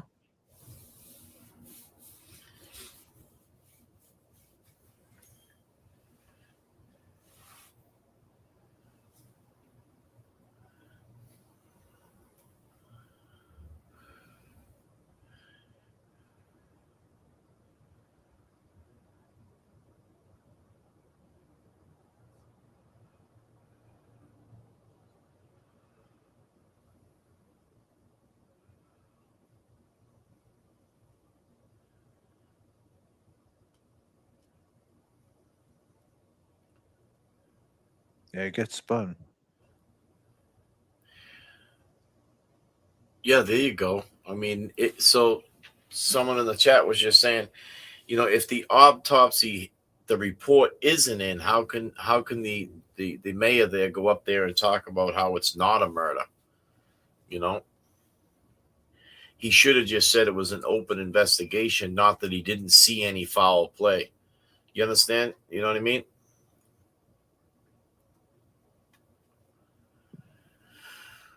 The problem with the lack of transparency, poor ass communication by authorities leads to all the speculation. For sure, they're all faking moves, man. The governor's faking moves, the whole state fake moves for years. But like I said, to my point, what I said earlier, you would have to assume these kids fall into the same mindset as Mississippi politics when they're actually growing up in a different vibe, where honestly they're looking at the world like they're growing up on these YouTube streets, man. They're not growing up. But then again, back to the parents. The parents step in, and then things can get generational.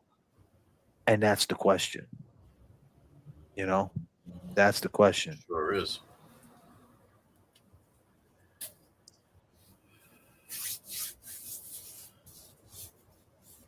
But I'm just trying to understand that GPS data acknowledge. What do you get out of that knowledge? Like, is that something that is helping the situation, or like proves anything, like makes them guilty? Like, what does it exactly do? You know?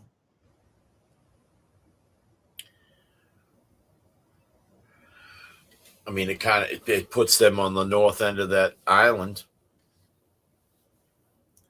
You know, isn't that where they found him? Say what? It puts them on the north end of that island, the GPS. Exactly. That's what I think it does. It's like where they found them. So did it happen there and they just withheld something? And that's what I think more so, that they were in the boat and it happened like that taking on water, and at that time space, that's when it went down.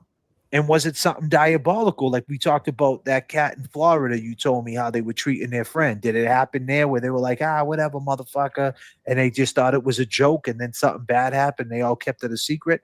I don't know. Yeah. Or he was on land and it didn't happen there. I don't know. It's coincidental though, for sure, that he was found close to where that dispatch came in. And is that what they're saying? I don't know. I don't think, I'm trying to find someone to put context to it, like what they might think, because I don't really know what to think of that, you know, because in the end, there's an autopsy and that's going to be paramount, you know, that's the gold standard right there.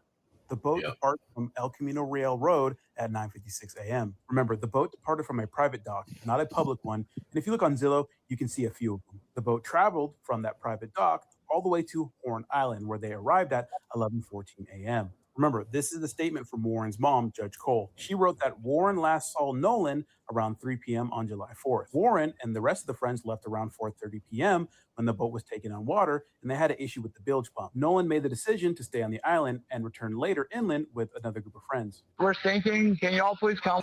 And is everybody on board in good health otherwise? Yeah, everybody's on board. After receiving assistance and being towed for about 2.7 miles, they traveled back to El Camino Real Road, the same place they left from in the morning, and arrived at 5:44 p.m. Now, a lot of people were asking, well, why did they only get towed for 2.75 miles, right? Well, apparently with the bilge issue, they're fixable once the boat is stable and moving again. Now, from El Camino Road, they go to Fort Bayou, and as you can see, it's not that far with this map, but once you pull out the boating map, you can see that it's more than a 6-minute ride, especially on a boat. Now, apparently this is right around the area where they were picked up, or the boat was picked up, and the boys went on their way for the rest of the night. Now, obviously, this doesn't solve the Nolan Wells case, but it does corroborate the mother and the kid's story about the timeline.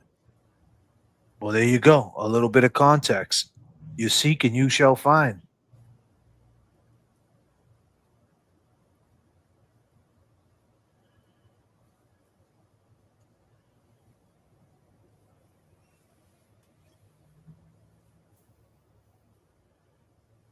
Right? That's right.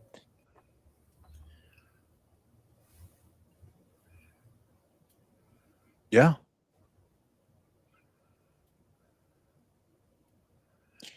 I mean, it's just confusing, right? So now it's like, all right, there's a little information. The dispatcher, they're in, like, when did the murder happen? If it's a murder, when did the foul play or the manslaughter or, whatever it is that's being spun out there. And the question is, did we get way too ahead of ourselves? And it comes up, that's what it was. And like, that's like, quick question. What if, right? What if that it's not what they think it is, and they just went way too far now? And it's like, because now it's kind of like, how do you turn back from that? Like, how do you come back from after how far it went? Yeah. If it's as simple as he was in 3 feet of water, he jumped to 20, a current came violently, took him, swept him, no one seen him, and it was just like that. Are we still going to run with a conspiracy? Yeah. Is this turned into a Karen Reed situation? Like, what goes on? Like, do we come back? Do anybody admit they're wrong? Is there apologies? Do these kids still looked at the ones that did it? Is there civil suits? What goes on after if nothing comes out of this? Yeah. I mean, not for nothing, but I mean, I think a big part of this case is the tampering with his phone. I mean, I think this shit should be started there. Right, but she never gave the phone to the authorities, though, either. But I just want to say this, and I mean, for myself, maybe yourself. I mean, I know my phone has most phone. I'm sure everybody in the chat can vouch for it. At this day and age, we got a pin lock, man. I mean, they're just not going to pick up his phone and probably be able to just use it. It could be facial recognition, could be could be a 7-digit code, a 4-digit code. I mean, let's think about that for a minute. I mean, was this phone altered in any way? Was it jailbroken? Was it, hooked up to a computer? And I mean, did they lock it up 25 times trying to get in, pick a password? I mean, think of the technology we got today, and,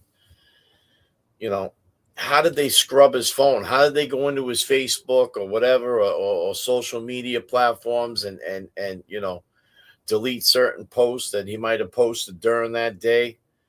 I mean, why was that done? I think we need to get by that first, in some aspect, to know why and who tampered with that phone. I mean, who had the power to do that? Acknowledge says GPS, autopsy, phone scrubs, who's been interviewed, all parts of a true investigation. For sure.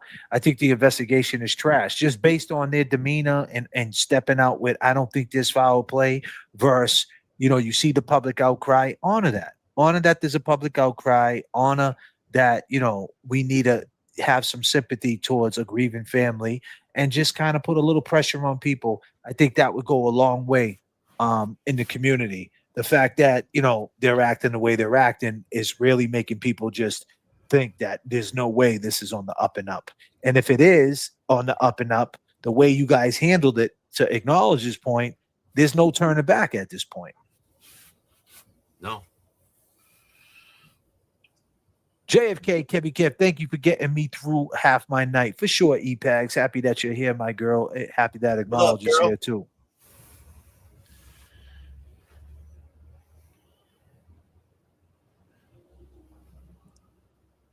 crack, what's it say? Crack corn don't care. I don't even crack corn don't care. If there was any evidence of foul play, Trump would be screaming all over every network. He's actually backtracking his rhetoric now that nothing is servicing for him. I support JFK. What's going on? The parachute is packed and the cargo door is unlocked. What's going on? We got some turbulence in the chat. I know we're flying with no mods tonight, but I got some wrenches for some people. Nobody tampered with his phone. Yeah. Well, we do know that his phone was on board, and I always said this, right? Like there was a guy who jumped in the comment section of my Facebook and said most people who do go to that island, it's very hot, and people do just roll up there in slides with no shirts and some surfage, some swimming trunks, and just I said, well, maybe he had a change of clothes, like he had a backpack, his towel in there. I don't know, cologne, anything that he has. A lot of kids wear the fanny packs now. They put them behind. Like, did he have that with him? And if he did have something like more physical, if that makes sense, then he would kind of want that. Like you might forget your phone because it's just the phone, right? But like if you have a whole backpack, you're going to be like, hey, I need my backpack. And you're going to realize it when you're sitting on an island in your shorts with no shirt on, and you're going to realize it. So did he have that? We don't know. But maybe he didn't. Maybe he just had his phone. I don't know. I would assume that he had something when he got on land. When you get on land, you're going to walk around with no shirt. I don't know. These are questions. I don't know if they ever been answered. Maybe they have. But that was my question to it. Because even though it's a warm day in July, it still gets a little cool on the water. You know. Yeah, I don't know though how warm it's gonna get in Mississippi, bro. In the summer, it's blazing, it's hot. But yeah, here's the thing, bro. In the South, dudes, it can drop 75 degrees at night. Out here, they throw hoodies on. They think that's cold. You know what I mean? So yes, to your point, it is cool to them. To us, it's holy shit. Yep. Get back in the water. Us Boston boys, we're like it's too hot. So yeah, I would assume he would have a change of clothes, but I don't know, and that never been brought up, and I think that's a big thing. And if it never been brought up, then it probably isn't a thing. Yeah.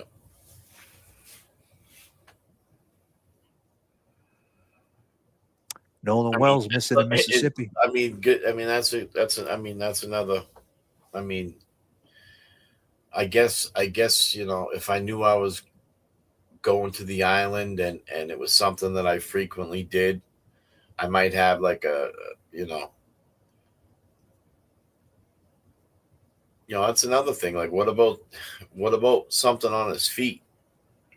Exactly, like his sneakers are changing. And listen, Shane is hold on. Hold on. Reason why I said that is because like sometimes you would have like your beach sneakers. You know what I'm saying? Like, and I'll tell you, sometimes you'll jump off. I've done it because you don't want to step on those rocks and you might have water shoes on or something, and that shit's hard to swim in too. That's another point. When he was found, I would be curious if there was anything on his feet. To your point, that's what I'm saying. If you're staying on the beach with the girl, you would remember that. You would say, "Hey, I gotta grab that." Like your phone. Don't get me wrong. I think you would remember your phone 1,000%. But if you add in a backpack, a fanny pack, your license, your keys, to your point, another change of shoes, a t-shirt, a sweatshirt, whatever it might be, you add all that in. I need that. You know what I mean? It's on your mind because you're sitting there basically with nothing. Yeah. Don't be gay. Shane VH2 says, I support JFK even though I support Aiden. I could do both. Hey, man, it's all good, man. As long as you keep it peaceful, it's all good. I could put 99 on it for you to block Shane. What's he doing? Is he talking? I don't see him being as long as he's what's he doing? He's in the chat. I haven't seen him say nothing towards anybody. I appreciate the $9.99. Listen, people can support whoever they want. You know what I mean? If he wants to support that dude, that's fine. You know what I mean? It is what it is, man. He's hassling her. He's being a weirdo. Oh my God, he's fine. Crack corn don't care. He was asking weird stuff about me doing spaces. I don't know. I'm doing a show about Nolan Wells and Scott Peterson and Karen Reed, petty scams and scrams. I guess we're on the petty scams and scrams part now, huh? Goddamn. Goddamn. Does anybody think the guy looks like this though?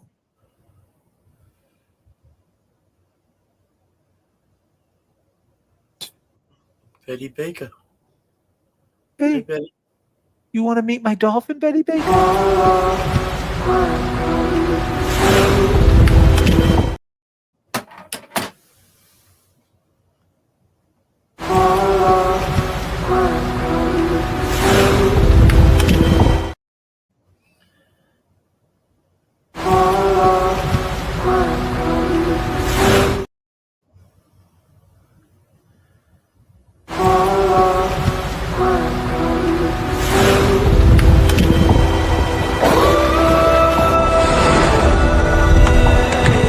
Everything comes from the stoop.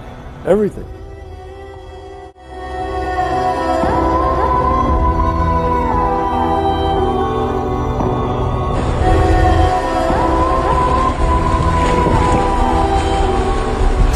I'm one with the ocean, steering the orcas' eyes.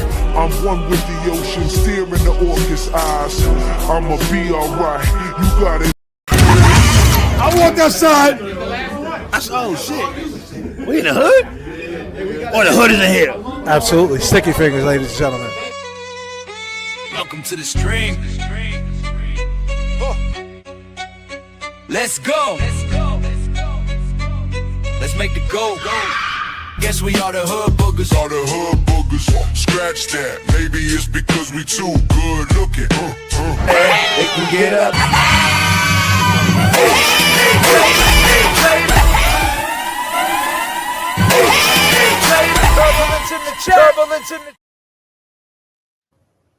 I had to block you, Shane. I'm sorry, man. You can't call the ladies bitchs, bro. We don't do that, man. Not over here. Like, you don't have to do that, man. Like you could have just ignored them and got with the conversation, my dude. You know what I mean? Pushing. Yep.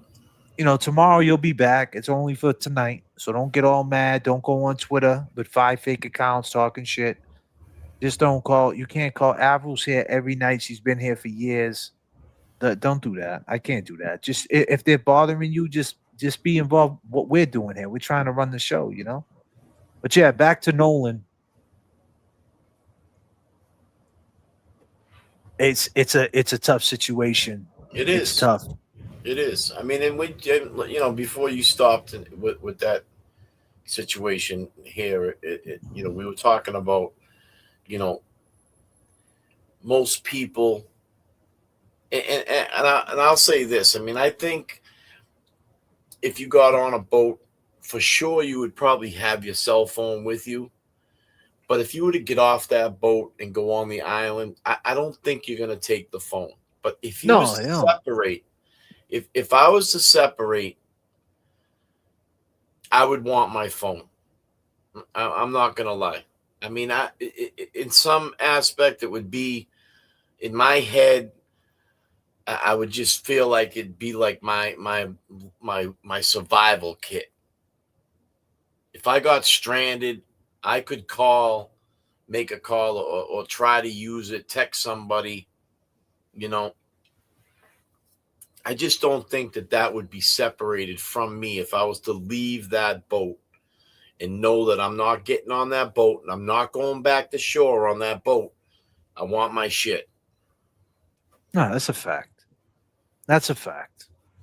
That's a fact. But the fact that these kids, you know what I mean, they had the phone, they had to find the phone. Like they have this two set, you know, they got off social media. Now the kids are talking. Maybe they will talk. Maybe after it's all said and done, they will talk. We don't know. I just don't know what that GPS did. Like They released it. Did that help them? Did that hurt them? It opened up speculation that it happened then. Like, well, he was on the boat. Maybe he fell off the boat. They didn't say anything, and they just kept it pushing. Like, hey, he like basically they didn't care about his life.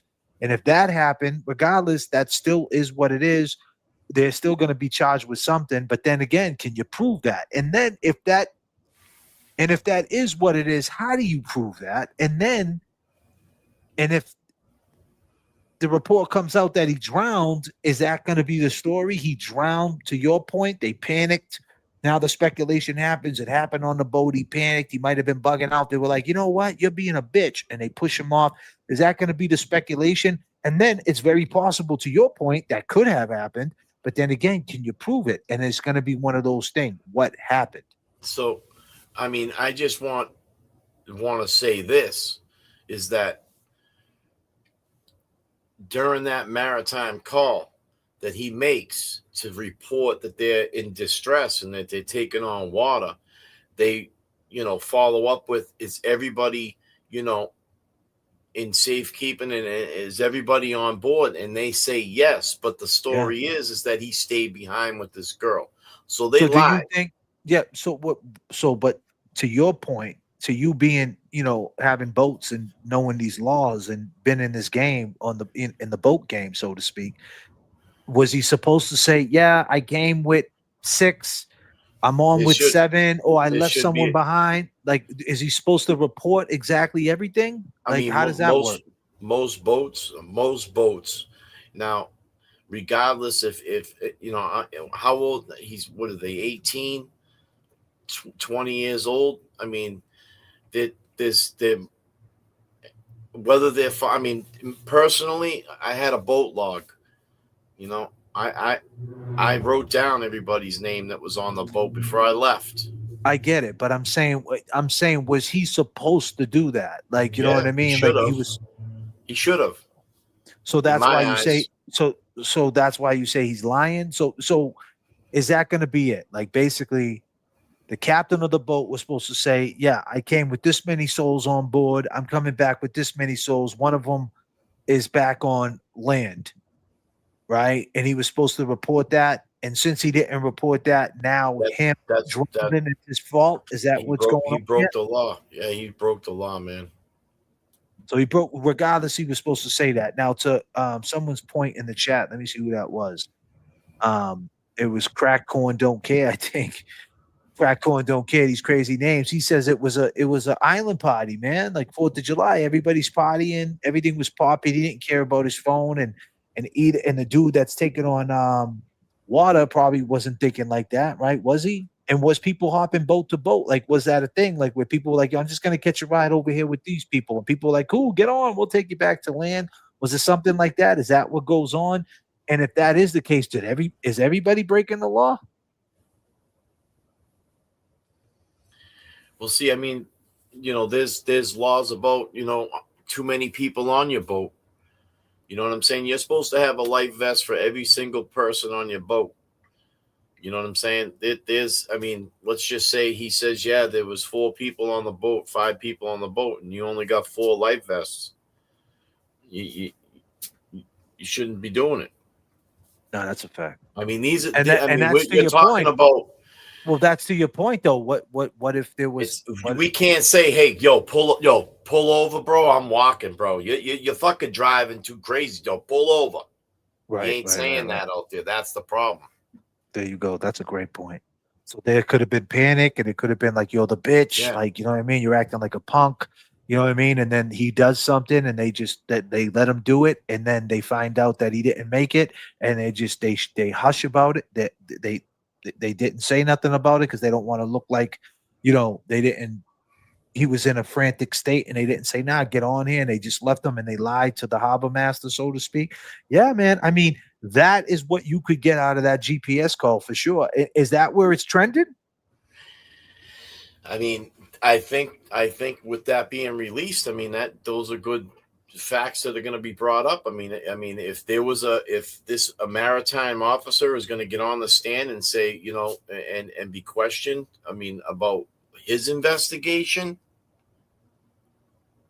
then we're going to find out what he did for an investigation. I mean, do you like, okay, are these volunteer harbor masters? You know what I'm saying? I mean, are they following procedure? To Willie D's point, how credible are these people? And with that being said, ladies and gentlemen, we've been rocking for 4 hours. We went over Scott Peterson. We broke down some points. The name of this live stream is Nolan Wells. Missing in Mississippi, got found in the west tips of the ocean on Horn Island. Scott Peterson's innocent. Karen Reed is guilty. I thought she got found not guilty. Petty scrams, petty scams, all the same thing. Scrams, strays, scams, petty. We have officially canceled all petty streams. Petty scams are now officially canceled. It's over for these clowns. We are here back to what matters.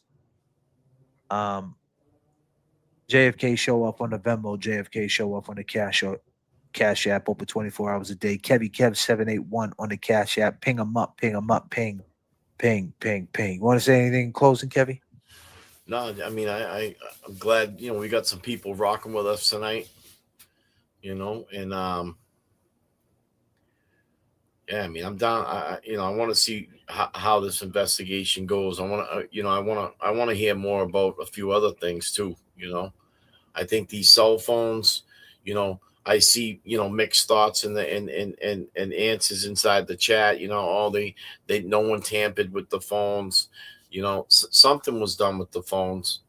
It was brought up, and I think the investigation needs to be, it needs to continue. And by the way, it's 4 a.m. God damn. Would you believe? And that's when you know it's a good episode. Right. Peace and love, people. Let's go.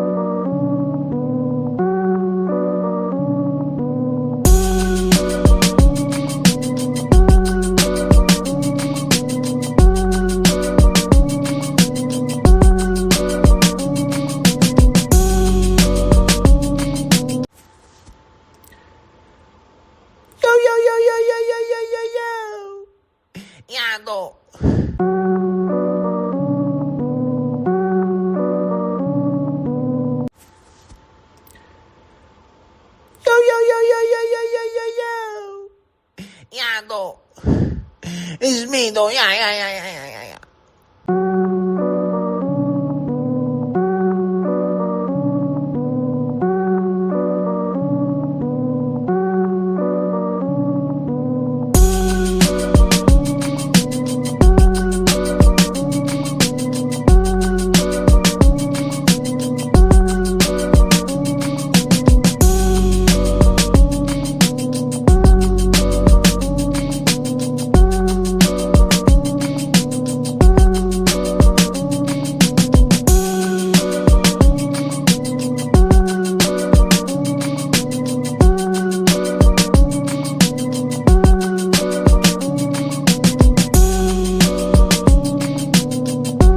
Like my stomach was growling, and tomorrow came.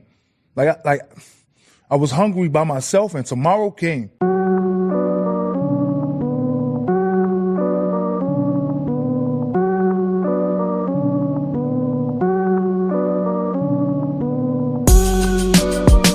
From the bottom, now I rose. Now this shit is set in stone. I can't leave my craft alone. Now I barely see my home. Static Selector. Barely see my home. Power Wild Baby.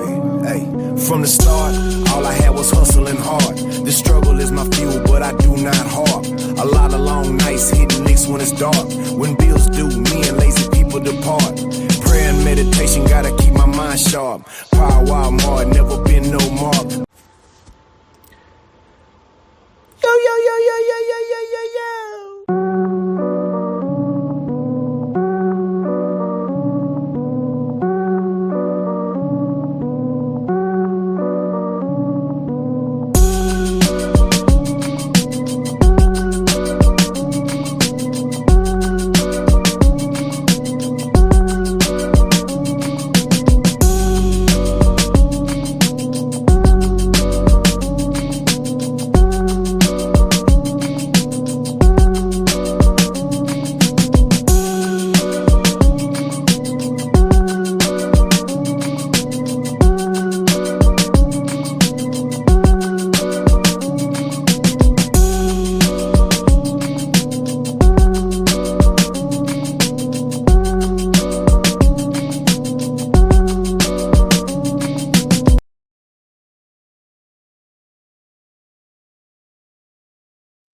I got a phone call.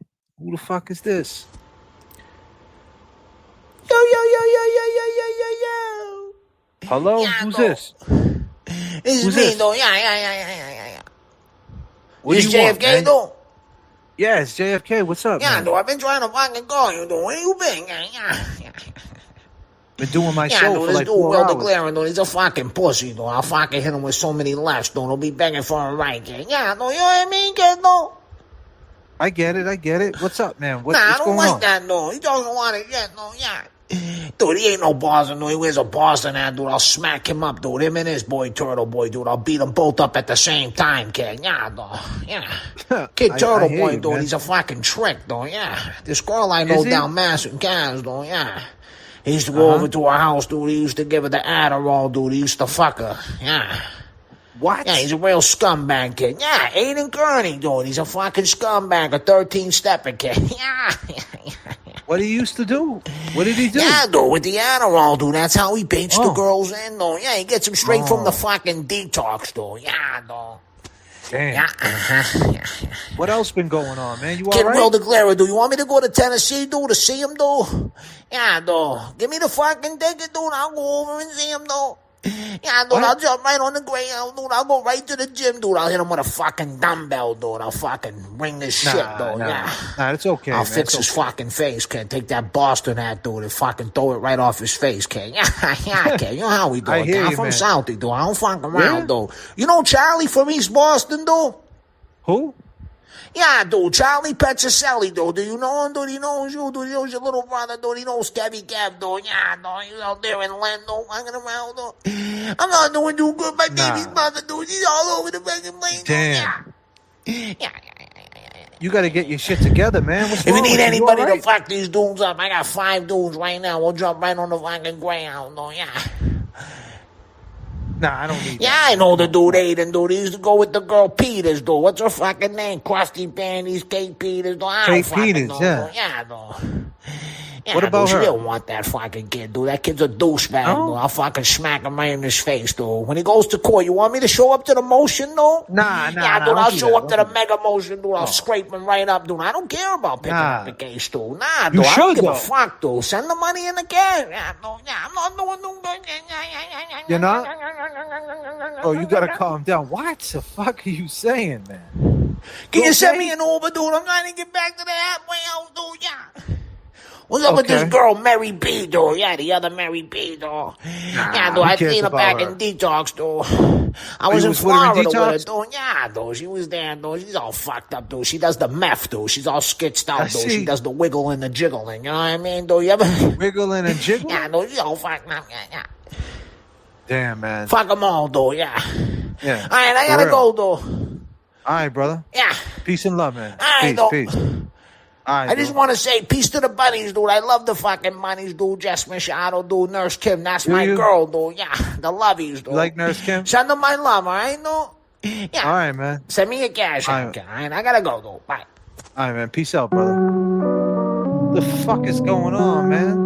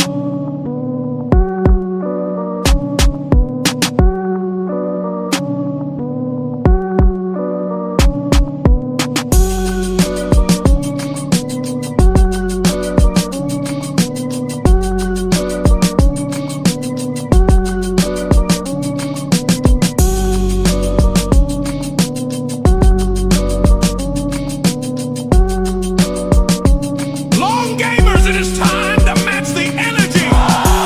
We're working Let's too. feel the yeah. energy. Yeah, I mean, my man had to run J.F.K across in the 3 mix. lanes. But we're working too. Yeah. Yeah, I mean, my man had to run across 3 lanes. But we're Absolutely not. Absolutely not. Match the energy turbulence in the chat keeps the plane. We are all we got. The pivot is magical.